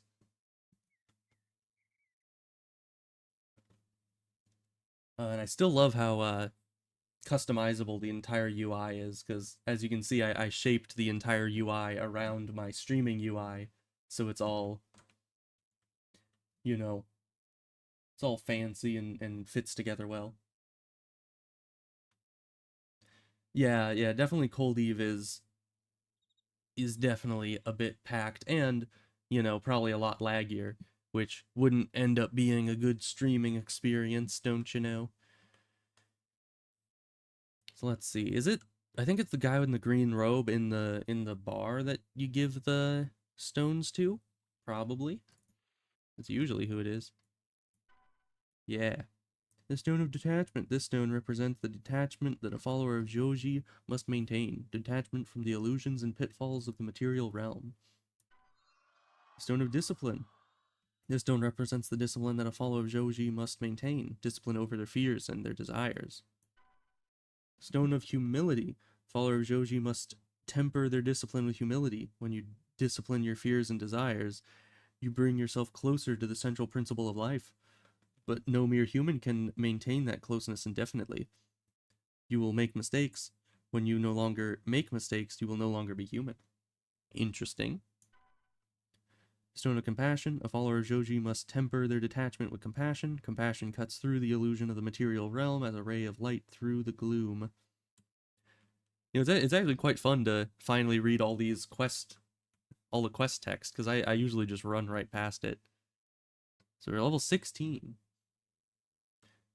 Well, thanks for the grats. Yes, I've been leveling a lot, as I mean, I've gotten 16 levels this episode, but or this stream, as it were. So let's see. We need to go sell. Where's the shopkeeper here? This guy is the blacksmith. So I don't know if he'll take that. Where's the shopkeeper in Shoshi? Like I'm not usually around here very often. Let's see. It's not in the bar, I don't think. It would be over here. Yeah, there it is.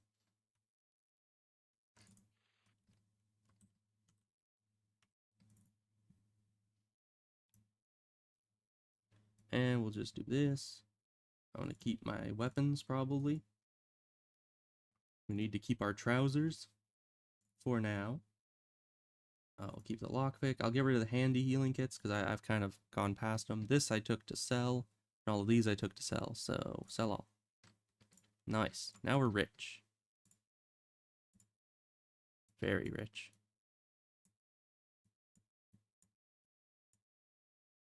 Oof. Anyways.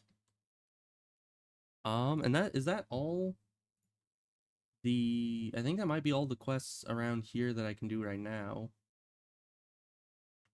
So I'm gonna move on to the next starting town. Let's see. I'm probably high enough level that I can definitely do the beacon over in Saminar, or Sanamar, not Saminar. It's not a seminar. What am I saying? So yeah, that's over in Annex.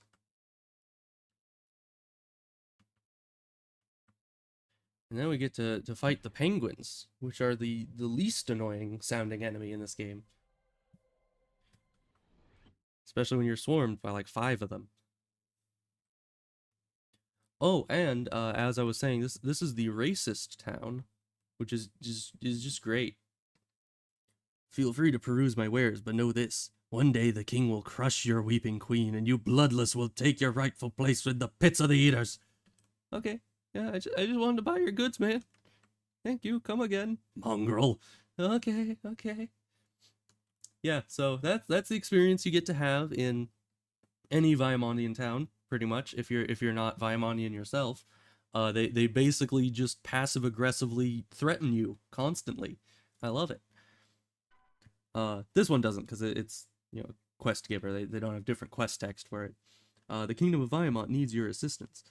The beacon at the top of the beacon tower requires regular maintenance. I have been unable to reach the beacon due to wasps and other creatures taking up residence on the tower platforms. Place this gem within the beacon, and you will have the satisfaction of knowing that you will have done your king a great service. It's not my king, but certainly I will do it for the reward money, because that's all I care about. As any, self-respecting adventurer. Really, right off the gate. Right out the gate with the spells. I don't appreciate it.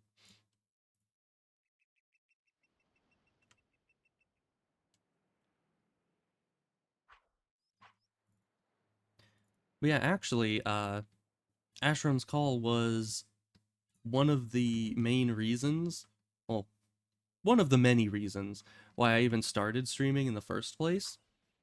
Because it is very saddening to me to watch the game, like, I mean, we do still have, like, a couple thousand players generally, but it is still kind of languishing in the forgotten pits of, dead games and all that, and it's very sad. I don't like to have it there, and I'm hoping that if I ever get super recognized as a variety streamer, and then I stream this game every so often, maybe even at some point open my own server to the public, I don't know, I might have a hand in bringing some new attention to the game, and that's one of my main goals. But as of right now, I have like not many followers, so I'm obviously not gonna bring much attention to it just yet, but I'll get there someday. Let's see. Orb has a lot of mana. I'll destroy that for that. There we go.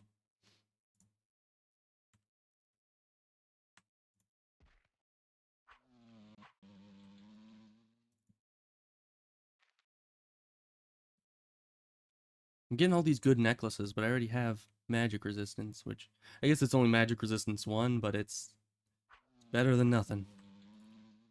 Although I suppose frost protection would be a lot better than magic resistance. Oh, I don't have the arcane lore. Might as well grab this. Let's see. Good bludgeoning weapon. I do need a good bludgeoning weapon for Ulthoi, but fighting Ulthoi with a weapon that has no melee defense modifier might be a bit risky. So I'll pass for now. We'll find a better bludgeoning weapon. Plus, I mean, slashing does decently well against Ulthoi. I think it's like the worst of the physical damage types against him, but still better than a lot of things.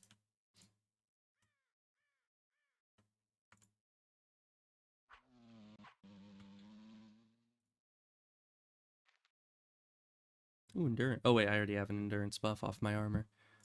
Okay, so water golems. Now, I've always found water elementals and water golems to be a bit counterintuitive, because if you think about it, they always like shoot frost bolts.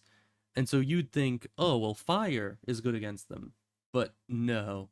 I think fire is like really bad against them. I think frost is actually what you're supposed to use. So we're gonna try that. Well, these guys are, they can be scary. That one wasn't scary. It didn't even get up before it died. But if you come in here like the first quest you ever do is this, it can be scary. Let's see, blade protection or bludgeoning protection. Probably blade protection. But that's blade 1. I'll replace blade 1 with bludgeoning 2 any day. There we go. How does cold do against wasps? Decently well. And I don't really need to hit multiple enemies in this thin, narrow tower area. More water golems. I mean, the only good thing about water golems is they can drop water hearts, and can they drop pyro motes? I don't think so. I think they're too low level for motes. But oh, they could also drop wet towels. Very important. There we go, another level. And we're a glutton for punishment. We'll go down the path with the 2 water golems. Most likely because they pretty much die before they stand up, so having 2 just makes it so they can actually hit me. There we go. Back to the golem. Okay. Yeah, sometimes the hitboxes on the weapons are a bit bigger than you'd think, so it's like if you're trying to select the corpse, sometimes it just selects the weapon. But that's fine. Oh, it always freaks me out that the Red Bull of Sanamar or Sanamar. Why do I keep saying it like that? Red Bull of Sanamar has a white outline and white dot on the radar, because that's normally like other players have a white dot, so it freaks me out. You've done the Kingdom of Iamont a great service. Come back to me later, I may have more for you to do. In the meantime, you may wish to pay a visit to Anton Silesi. I understand that he has need of assistance in some matter. You may also wish to speak to the barkeep Jean Vaden. Vaden? Probably Vaden. He sells rumors you may find of interest. Okay. Alright, but we got a lifetime supply of healing kits. Very nice. Now, was it this guy that she was talking about? No. This is the penguin guy. Would you please help me? I have lost my most precious heirloom, and I'm afraid that I have not the combat prowess required to obtain it. A group of wild beasts waylaid me as I wandered outside the city walls. If I had not run quickly to the town gates, I surely would have met my end. If you would, please explore the lair near these coordinates. If you find my necklace, please return it to me. I will reward you as handsomely as I am able. Well, I better be ready to fight some vicious beasts, because from what he says, this place sounds pretty scary, you know? I'm shaking in my Path Warden boots. But we'll see.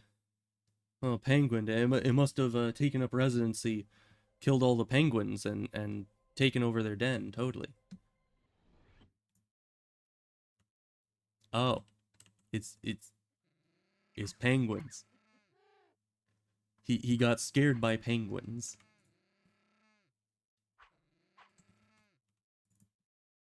I mean, they sure spam you with their I don't even know, would it be trilling?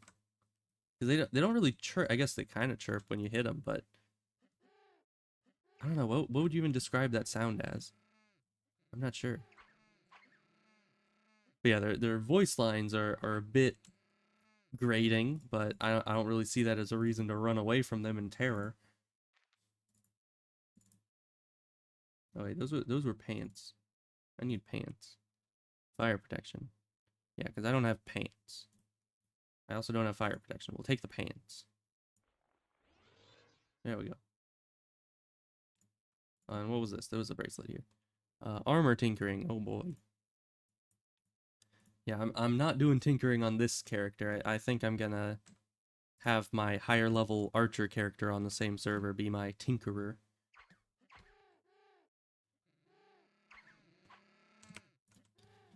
Which will just be fun, because having your own tinkerer is a bit of a harrowing process. Because you're never really gonna get as good as those tinker bots on official servers always are. They're just like, I mean, I guess with imbues, it doesn't matter, because you're always gonna get that 30 was it 33% chance maximum? And then if you get the augmentation, it goes up to like 38% chance or something. Yeah, you're always gonna have that chance if you're trying to imbue things, but other than imbuing, it gets rather difficult to actually successfully put salvage on anything if you're not a professional tinkerer, which I most certainly am not. I mean, my archer character, they have tinkering, but they're only like level 100 or something, 130 maybe. So they're nowhere near high enough level to be a fully efficient tinkerer. There's a lot of penguins. Man, I should have brought some stamina potions. Hopefully I don't die to the penguins.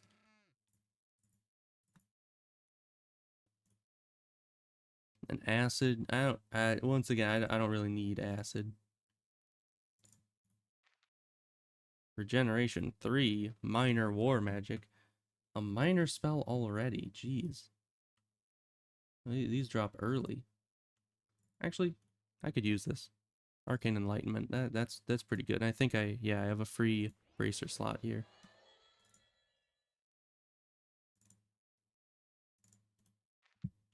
Mana renewal. I don't need it. I should probably lay down and get my stamina back before jumping back into the pit with those ferocious animals again.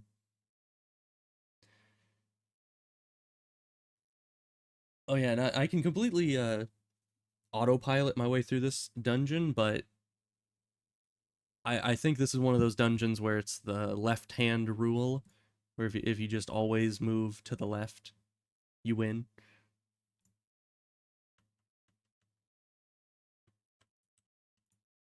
But you know, I've been through it so many times, I just kind of gravitate left naturally.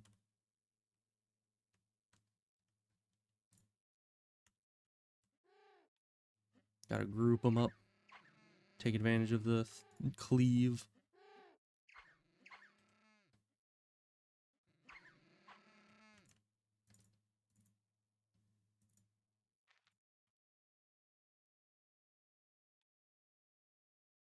Now another question is, should I get Ulthoi armor once I'm high enough level to actually solo that quest?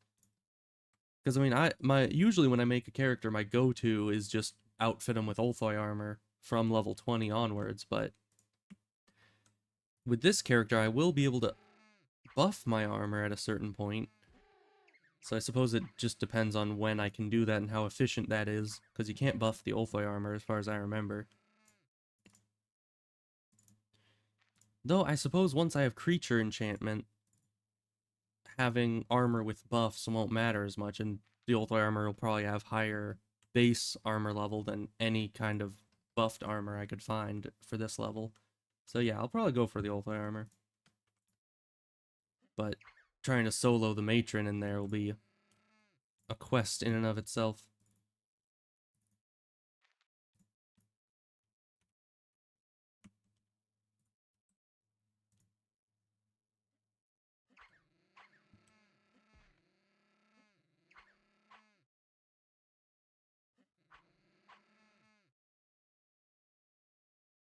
No, not the scroll. I wanted the thing. Okay. Now I have a scroll. Do these sell for a lot? No. They sell for exactly the opposite of a lot. And yet the I I saw the little rock on the ground and my brain had to like reset because for a second I thought that was like a penguin corpse and my mind immediately was like, "Oh, someone must have been here before me." But then I was like, "Wait, I'm all alone." And then I realized it was a rock. So I just had a momentary freak out, like, when you're young and you first realize that, or you first hear like the stories of Herobrine in Minecraft, and you're like, oh no, but this is a single player server. Yeah, I had one of those moments. Anyways, what was I saying? I don't remember.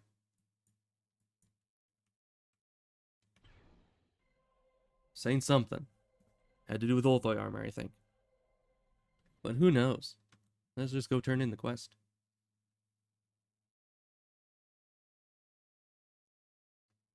I like the look of the Pathwarden armor for the show. It's very stylish, except for the hat. That's like a few shades lighter. I've never really been a fan of that, but you know, it is what it is. Yeah, these kind of suck. No offense. Just gonna take his gloves and go and pawn them off on the first vendor that I see. Collector. Oh yeah, and what did this guy say? Says you found it. You found my missing necklace. Thank you so much, my friend. Please accept this as a token of my deepest appreciation. You should visit Elena du Furza next. Was that her? Yeah, that was her. And if you wouldn't mind, or do you think you could keep the whole penguin business to ourselves? Yeah, sure. And the collector was, beak from the most feared and troublesome penguin. Wave one of these at Lorca Samuel. I promise you, it's a good time. I have done that before. I think he like actually cowers if you if you put, try to hand him a beak. He's like, oh, get it away from me. And then just blue wasp wings, yes. Okay, so that's all done, and that's not the right one.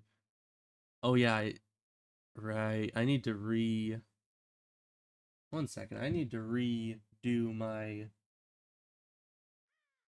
thingamawa my go arrow because I had been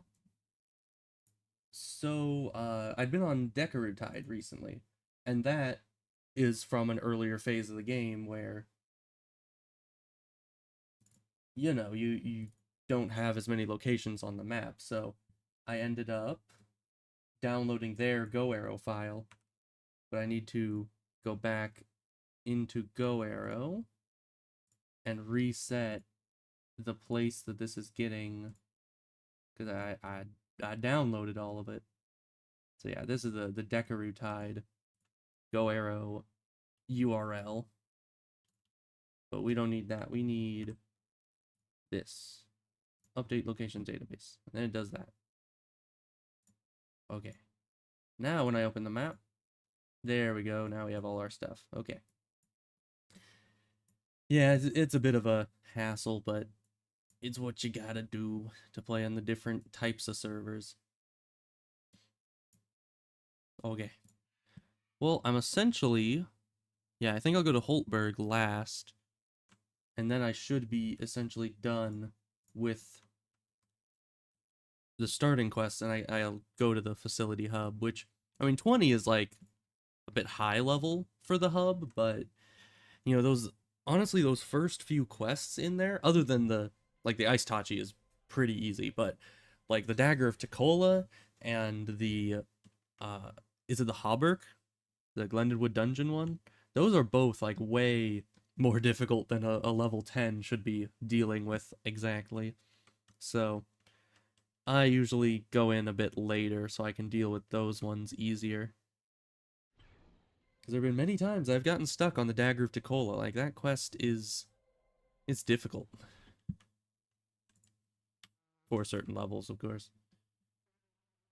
I'll be super overpowered by the time I get there, though. I won't have to worry about that.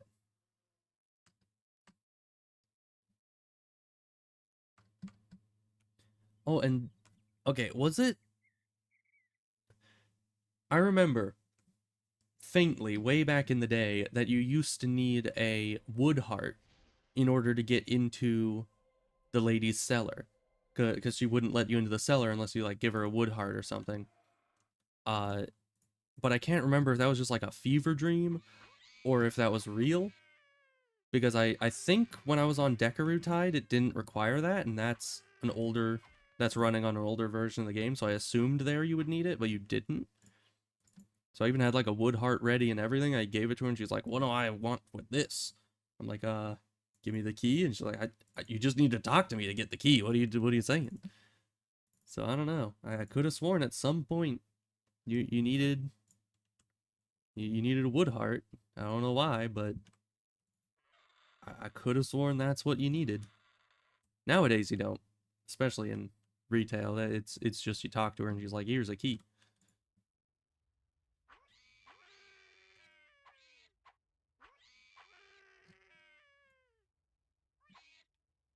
Fire's working well against these drudges.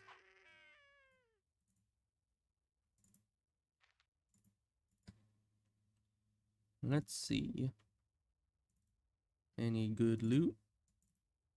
Not that I can... Well, there were some rings. I didn't check out the rings. Maybe I should have checked out the rings. There's a bracelet. Lightning and cold protection. That is good. I'll take that for when I have enough arcane lore. A ring. Armor tinkering, of course. You know, I feel like I've seen more tinkering buffs than any other type of buff thus far, which is really weird because that's a very specific buff and something you don't really need in the early game at all. Because I don't think anyone's going to be trying to tinker things at like level 20.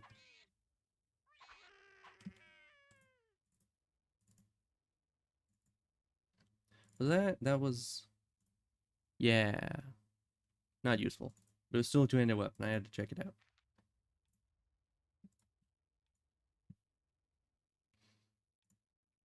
Now we go into the loot room.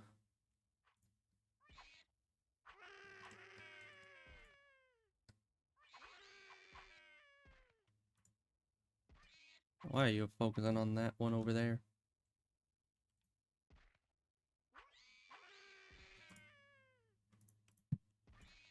Yeah, the auto target. I think it runs on like the latest enemy to hit you. And so since that one's throwing stuff at me from across the room, it keeps being like, go attack him. I'm like, no. I need to fight the ones that are actually in melee range. Then I'm just going to ignore him as I loot all this, because he's not doing enough damage to really make me care. No, I wanted to pick up money.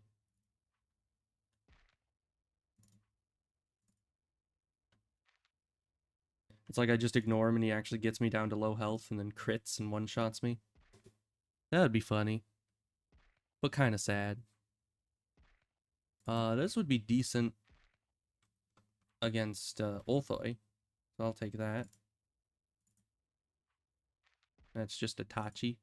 So it's a regular sword, not a two-handed one.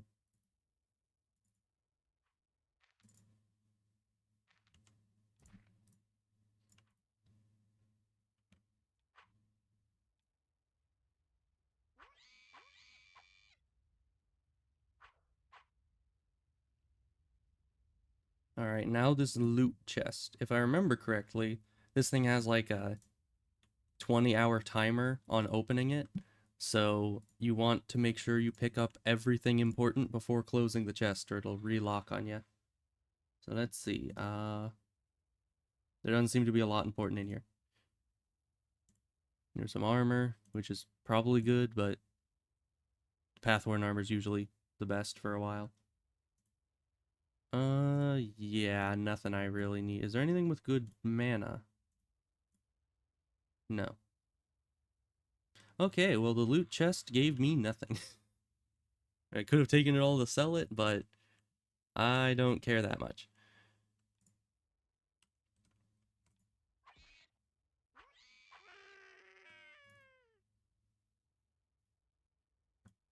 Mm-hmm. Mm-hmm. 700 mana, I might as well. Need to fill up these mana stones with something.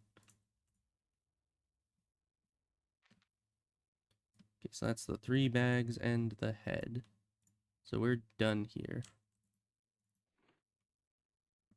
That's the locked one. Did I get lockpicking? No, I didn't. I want to get lockpicking. So we're gonna raise that up. I actually, in preparation, I'd already picked up a reliable lockpick. Hey, a gifted healing kit. I'll take it. Almost 200 arcane lore requirement. I am nowhere near getting enough for that. So we're gonna ignore it. But yeah, I'll certainly take a gifted healing kit. Those are not common at this level. This is the wrong room. I was trying to autopilot while sorting my bags, which did not end well. Alright, and we just need all these guys down at the bottom because I'm selling them.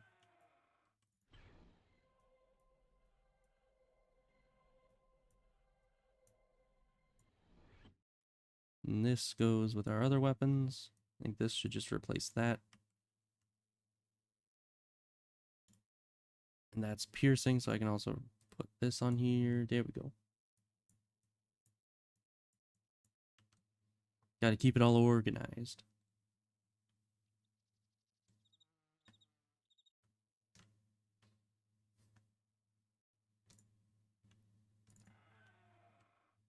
And then... Is it you? Oh, it's this guy. I always mix these two up. Alright, you. You killed that brute that stole my seed. It's not a euphemism. Thank you so much. You are truly a hero worthy of the name. If you are looking for more adventure, friend, you certainly seem to be good at it, you might want to peruse the rumors that Wilhelmine? I have no idea how to pronounce that. Has at the bar. Or perhaps you should journey to Shoshi. I just came from Shoshi. I hear that there are many good people there who may need your help. Okay. My rye, thank you. My corn, thank you. My wheat, thank you. Yeah, that guy's very interesting to talk to, I suppose. So let's see. We want to keep these. Don't need those or those. Keep our weapons. I don't think I need the Academy Spadone. We want to keep our pants. Okay. Sell all that. Good stuff. More money for me. Okay. Everything's going well so far. How much? Don't have enough arcane lore. We can raise this. So we can put on this for our fire protection, which makes our current pants obsolete, but then we can put on our new pants, which gives us armor, which is surpasses armor 2, which means that this ring is obsolete. Nice. What was this? Lightning and cold protection. Huh. We'll have to get rid of this. Oh, but now we don't have the... Because we got rid of the arcane enlightenment, so we need to up this. And probably re-equip all this.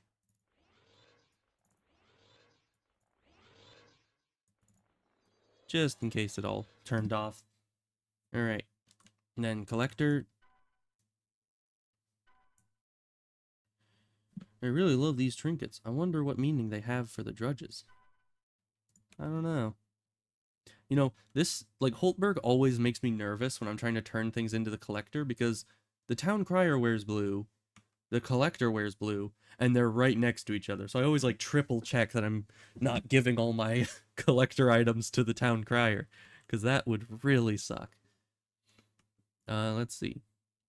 Don't need this either. So we need to stop by the jeweler and the archmage to sell some stuff to them. I probably should just give this bread to the town crier because I don't think anyone's going to buy it.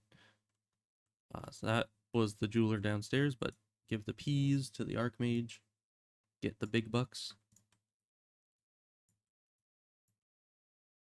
And give these to the jeweler. There we go. And then we give this to the town crier. Yeah, I gotta make sure I stay on top of the inventory management because I don't want it getting all messy in the middle of the playthrough. Because it happens, like, you know, you don't even realize it, but at a certain point you just look and your bags are just completely full.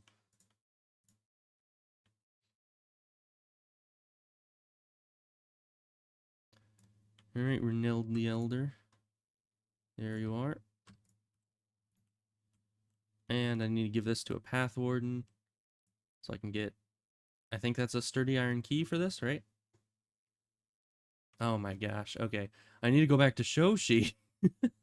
He doesn't want to take a show robe.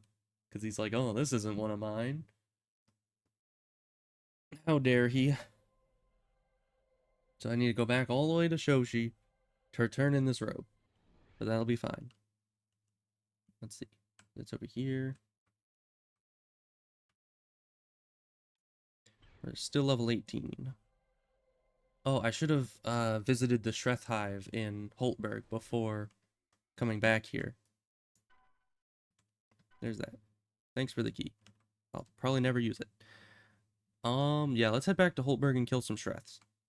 If we can kill those blood Shreths, we can finish the kill task, and I think that will also probably level us up. Maybe. I don't remember how much XP that actually gives. Ooh, but I think that's in the same dungeon as the guy's axe. So we can go get the Reneld the Younger?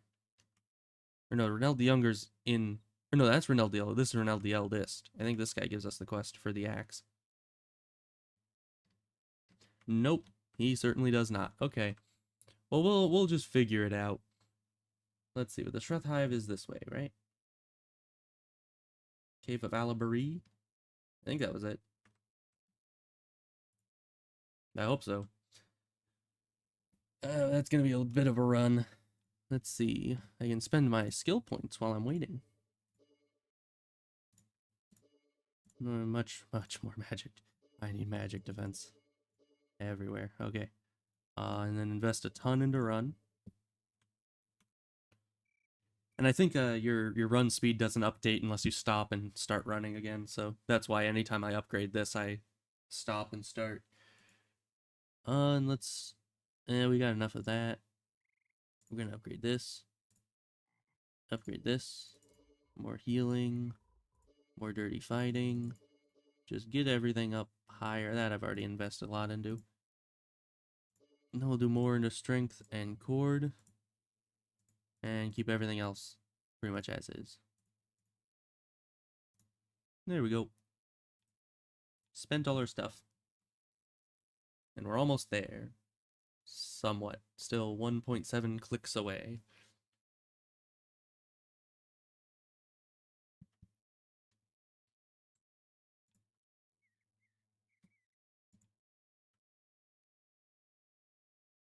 Oh, and this is one of the old training towns. Oh, this one isn't destroyed. That's nice. Yeah. Because I remember on I was there just recently on Dekarutide, because they have portals to all the different starting towns in there. It's very, convenient.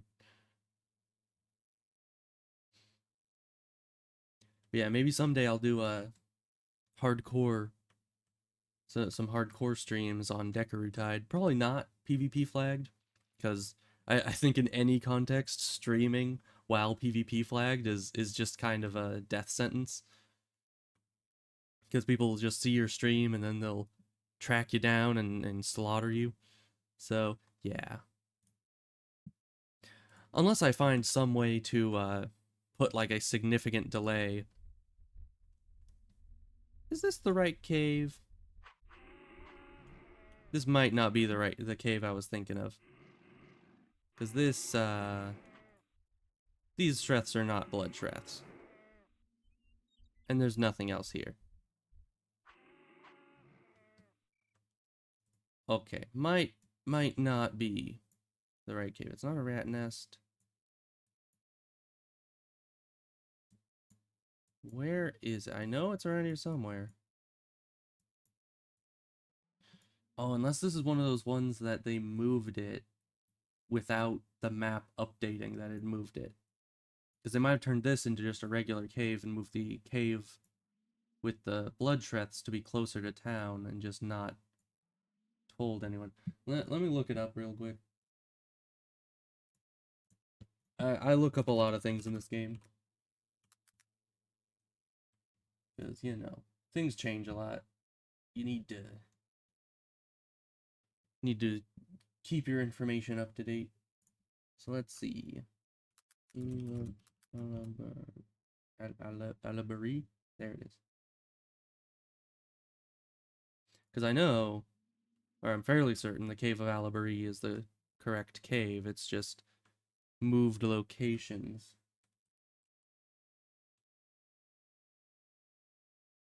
Alright, let's copy these coordinates. Plop them into Go Arrow. And hopefully it points somewhere else. It does. Okay. So yeah. Yeah, so the new cave is over here. It's just the map wasn't updated to show it that it moved. I guess they wanted it closer to the main town and not so out of the way.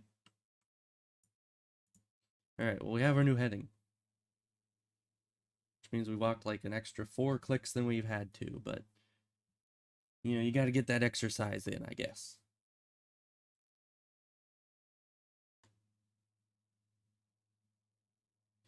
Alright, and then... yeah, so we need to get the axe. And then we need to talk to this lady that's in Holtberg. Oh, and she's the person in the green robe. Okay. So go into the cave, get the axe, kill the Shreths, give the axe to the person in the green robes. Oh, so my brother and I, a while back when he and I were playing some Asheron's Call together, we had a harrowing experience in this cave. Because apparently the cave's item drops or item spawns, for whatever reason at that time on that emulator, they didn't do anything unless nobody was in the dungeon. Like it wouldn't respawn unless nobody was there. So he and I just sat there staring at where the axe is supposed to respawn for this quest for like probably 20 minutes. And eventually we were like, okay, something's wrong. So we both log out, and then I log in because I was the one that needed the axe still. And it was there. So we just needed to reload the area before it would actually show up. But it was an interesting adventure, to say the least. Hardest early game quest we ever did. Alright, and I think I remember my way through here, but I also always get lost in here, so. And these guys just keep running past me. There we go. That's 19. And hopefully the kill task and the axe quest get me to 20. And I think at 20 I'll probably be ending this stream, and at some other point I'll pick this up again. Because I've already been streaming for 2.5 hours, and you know, it isn't even just like casual streaming where you just kind of sit there. I've been talking almost constantly this entire time, and my voice is starting to get a bit hoarse, so I'll pick it up another time. Maybe no, not tomorrow. Tomorrow's Sunday. I don't stream tomorrow. Let's see. I might pick it up on Monday, or I was also thinking that I would start my Dark Souls 3 run, so I'll either be doing this or Dark Souls 3 on Monday. Depends on what I'm feeling like doing. Now this isn't where the axe is. This is where the level 15 Shreth is. Of course, I'm level 19, so I shouldn't be scared of a level 15 Shreth, but I kind of am.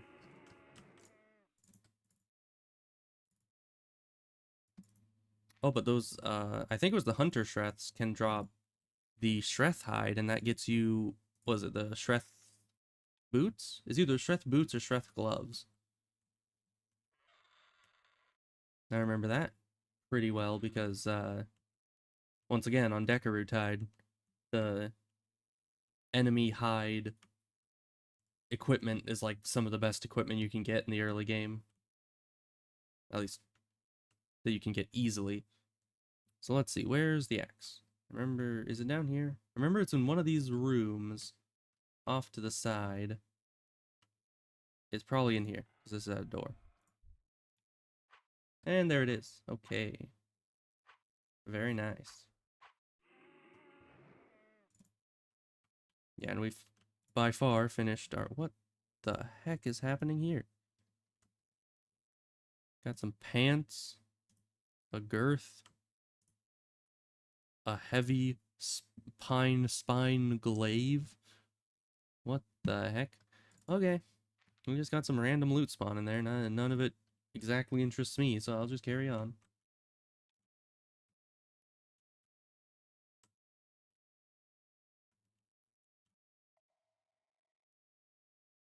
Good old Brogord. I wonder if he's related to Brogard. Who I really only know from the... Was it spell? Brogard's Defiance? Is that the, I think that's the spell that increases armor level on armor. It's a level 7 version. I don't know. But I certainly know Brogard, not Brogord.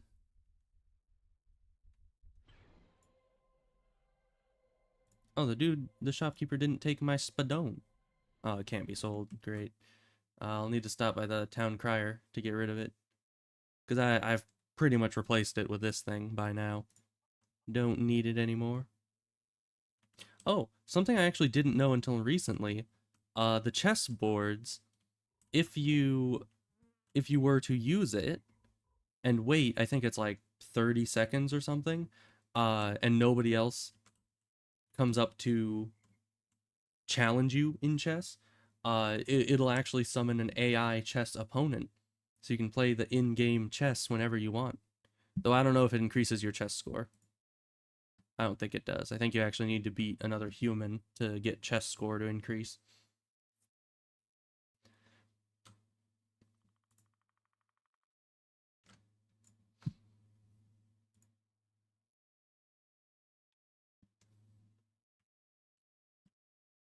Alright.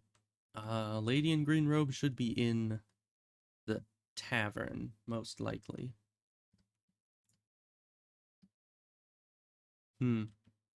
Also, this game is very quiet. I do wonder if I should, well, first of all, up the volume. Oh, dialogue. You found one of my father's axes. Oh, thank you so much. You know, he was going to make me an axe of my own as soon as I was big enough to hold one. I'm sorry, I just miss him still.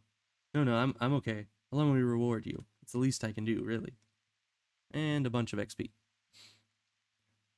Oh yeah, and I was trying to figure out if I should have my background music playing over the game, and if I should like turn up the game's sound effects, because it doesn't have any background music of its own. It only has sound effects. So I don't know. I mean, as long as I'm talking consistently, it's probably not an issue, but that is a possibility that I could do if that interests anybody. Otherwise, I'll just leave it as it is. Yeah, but I mean, when I was looking over at the thing, it seemed like the sound isn't even really getting picked up on the stream at all. So I'll test out having a bit higher volume. There we go.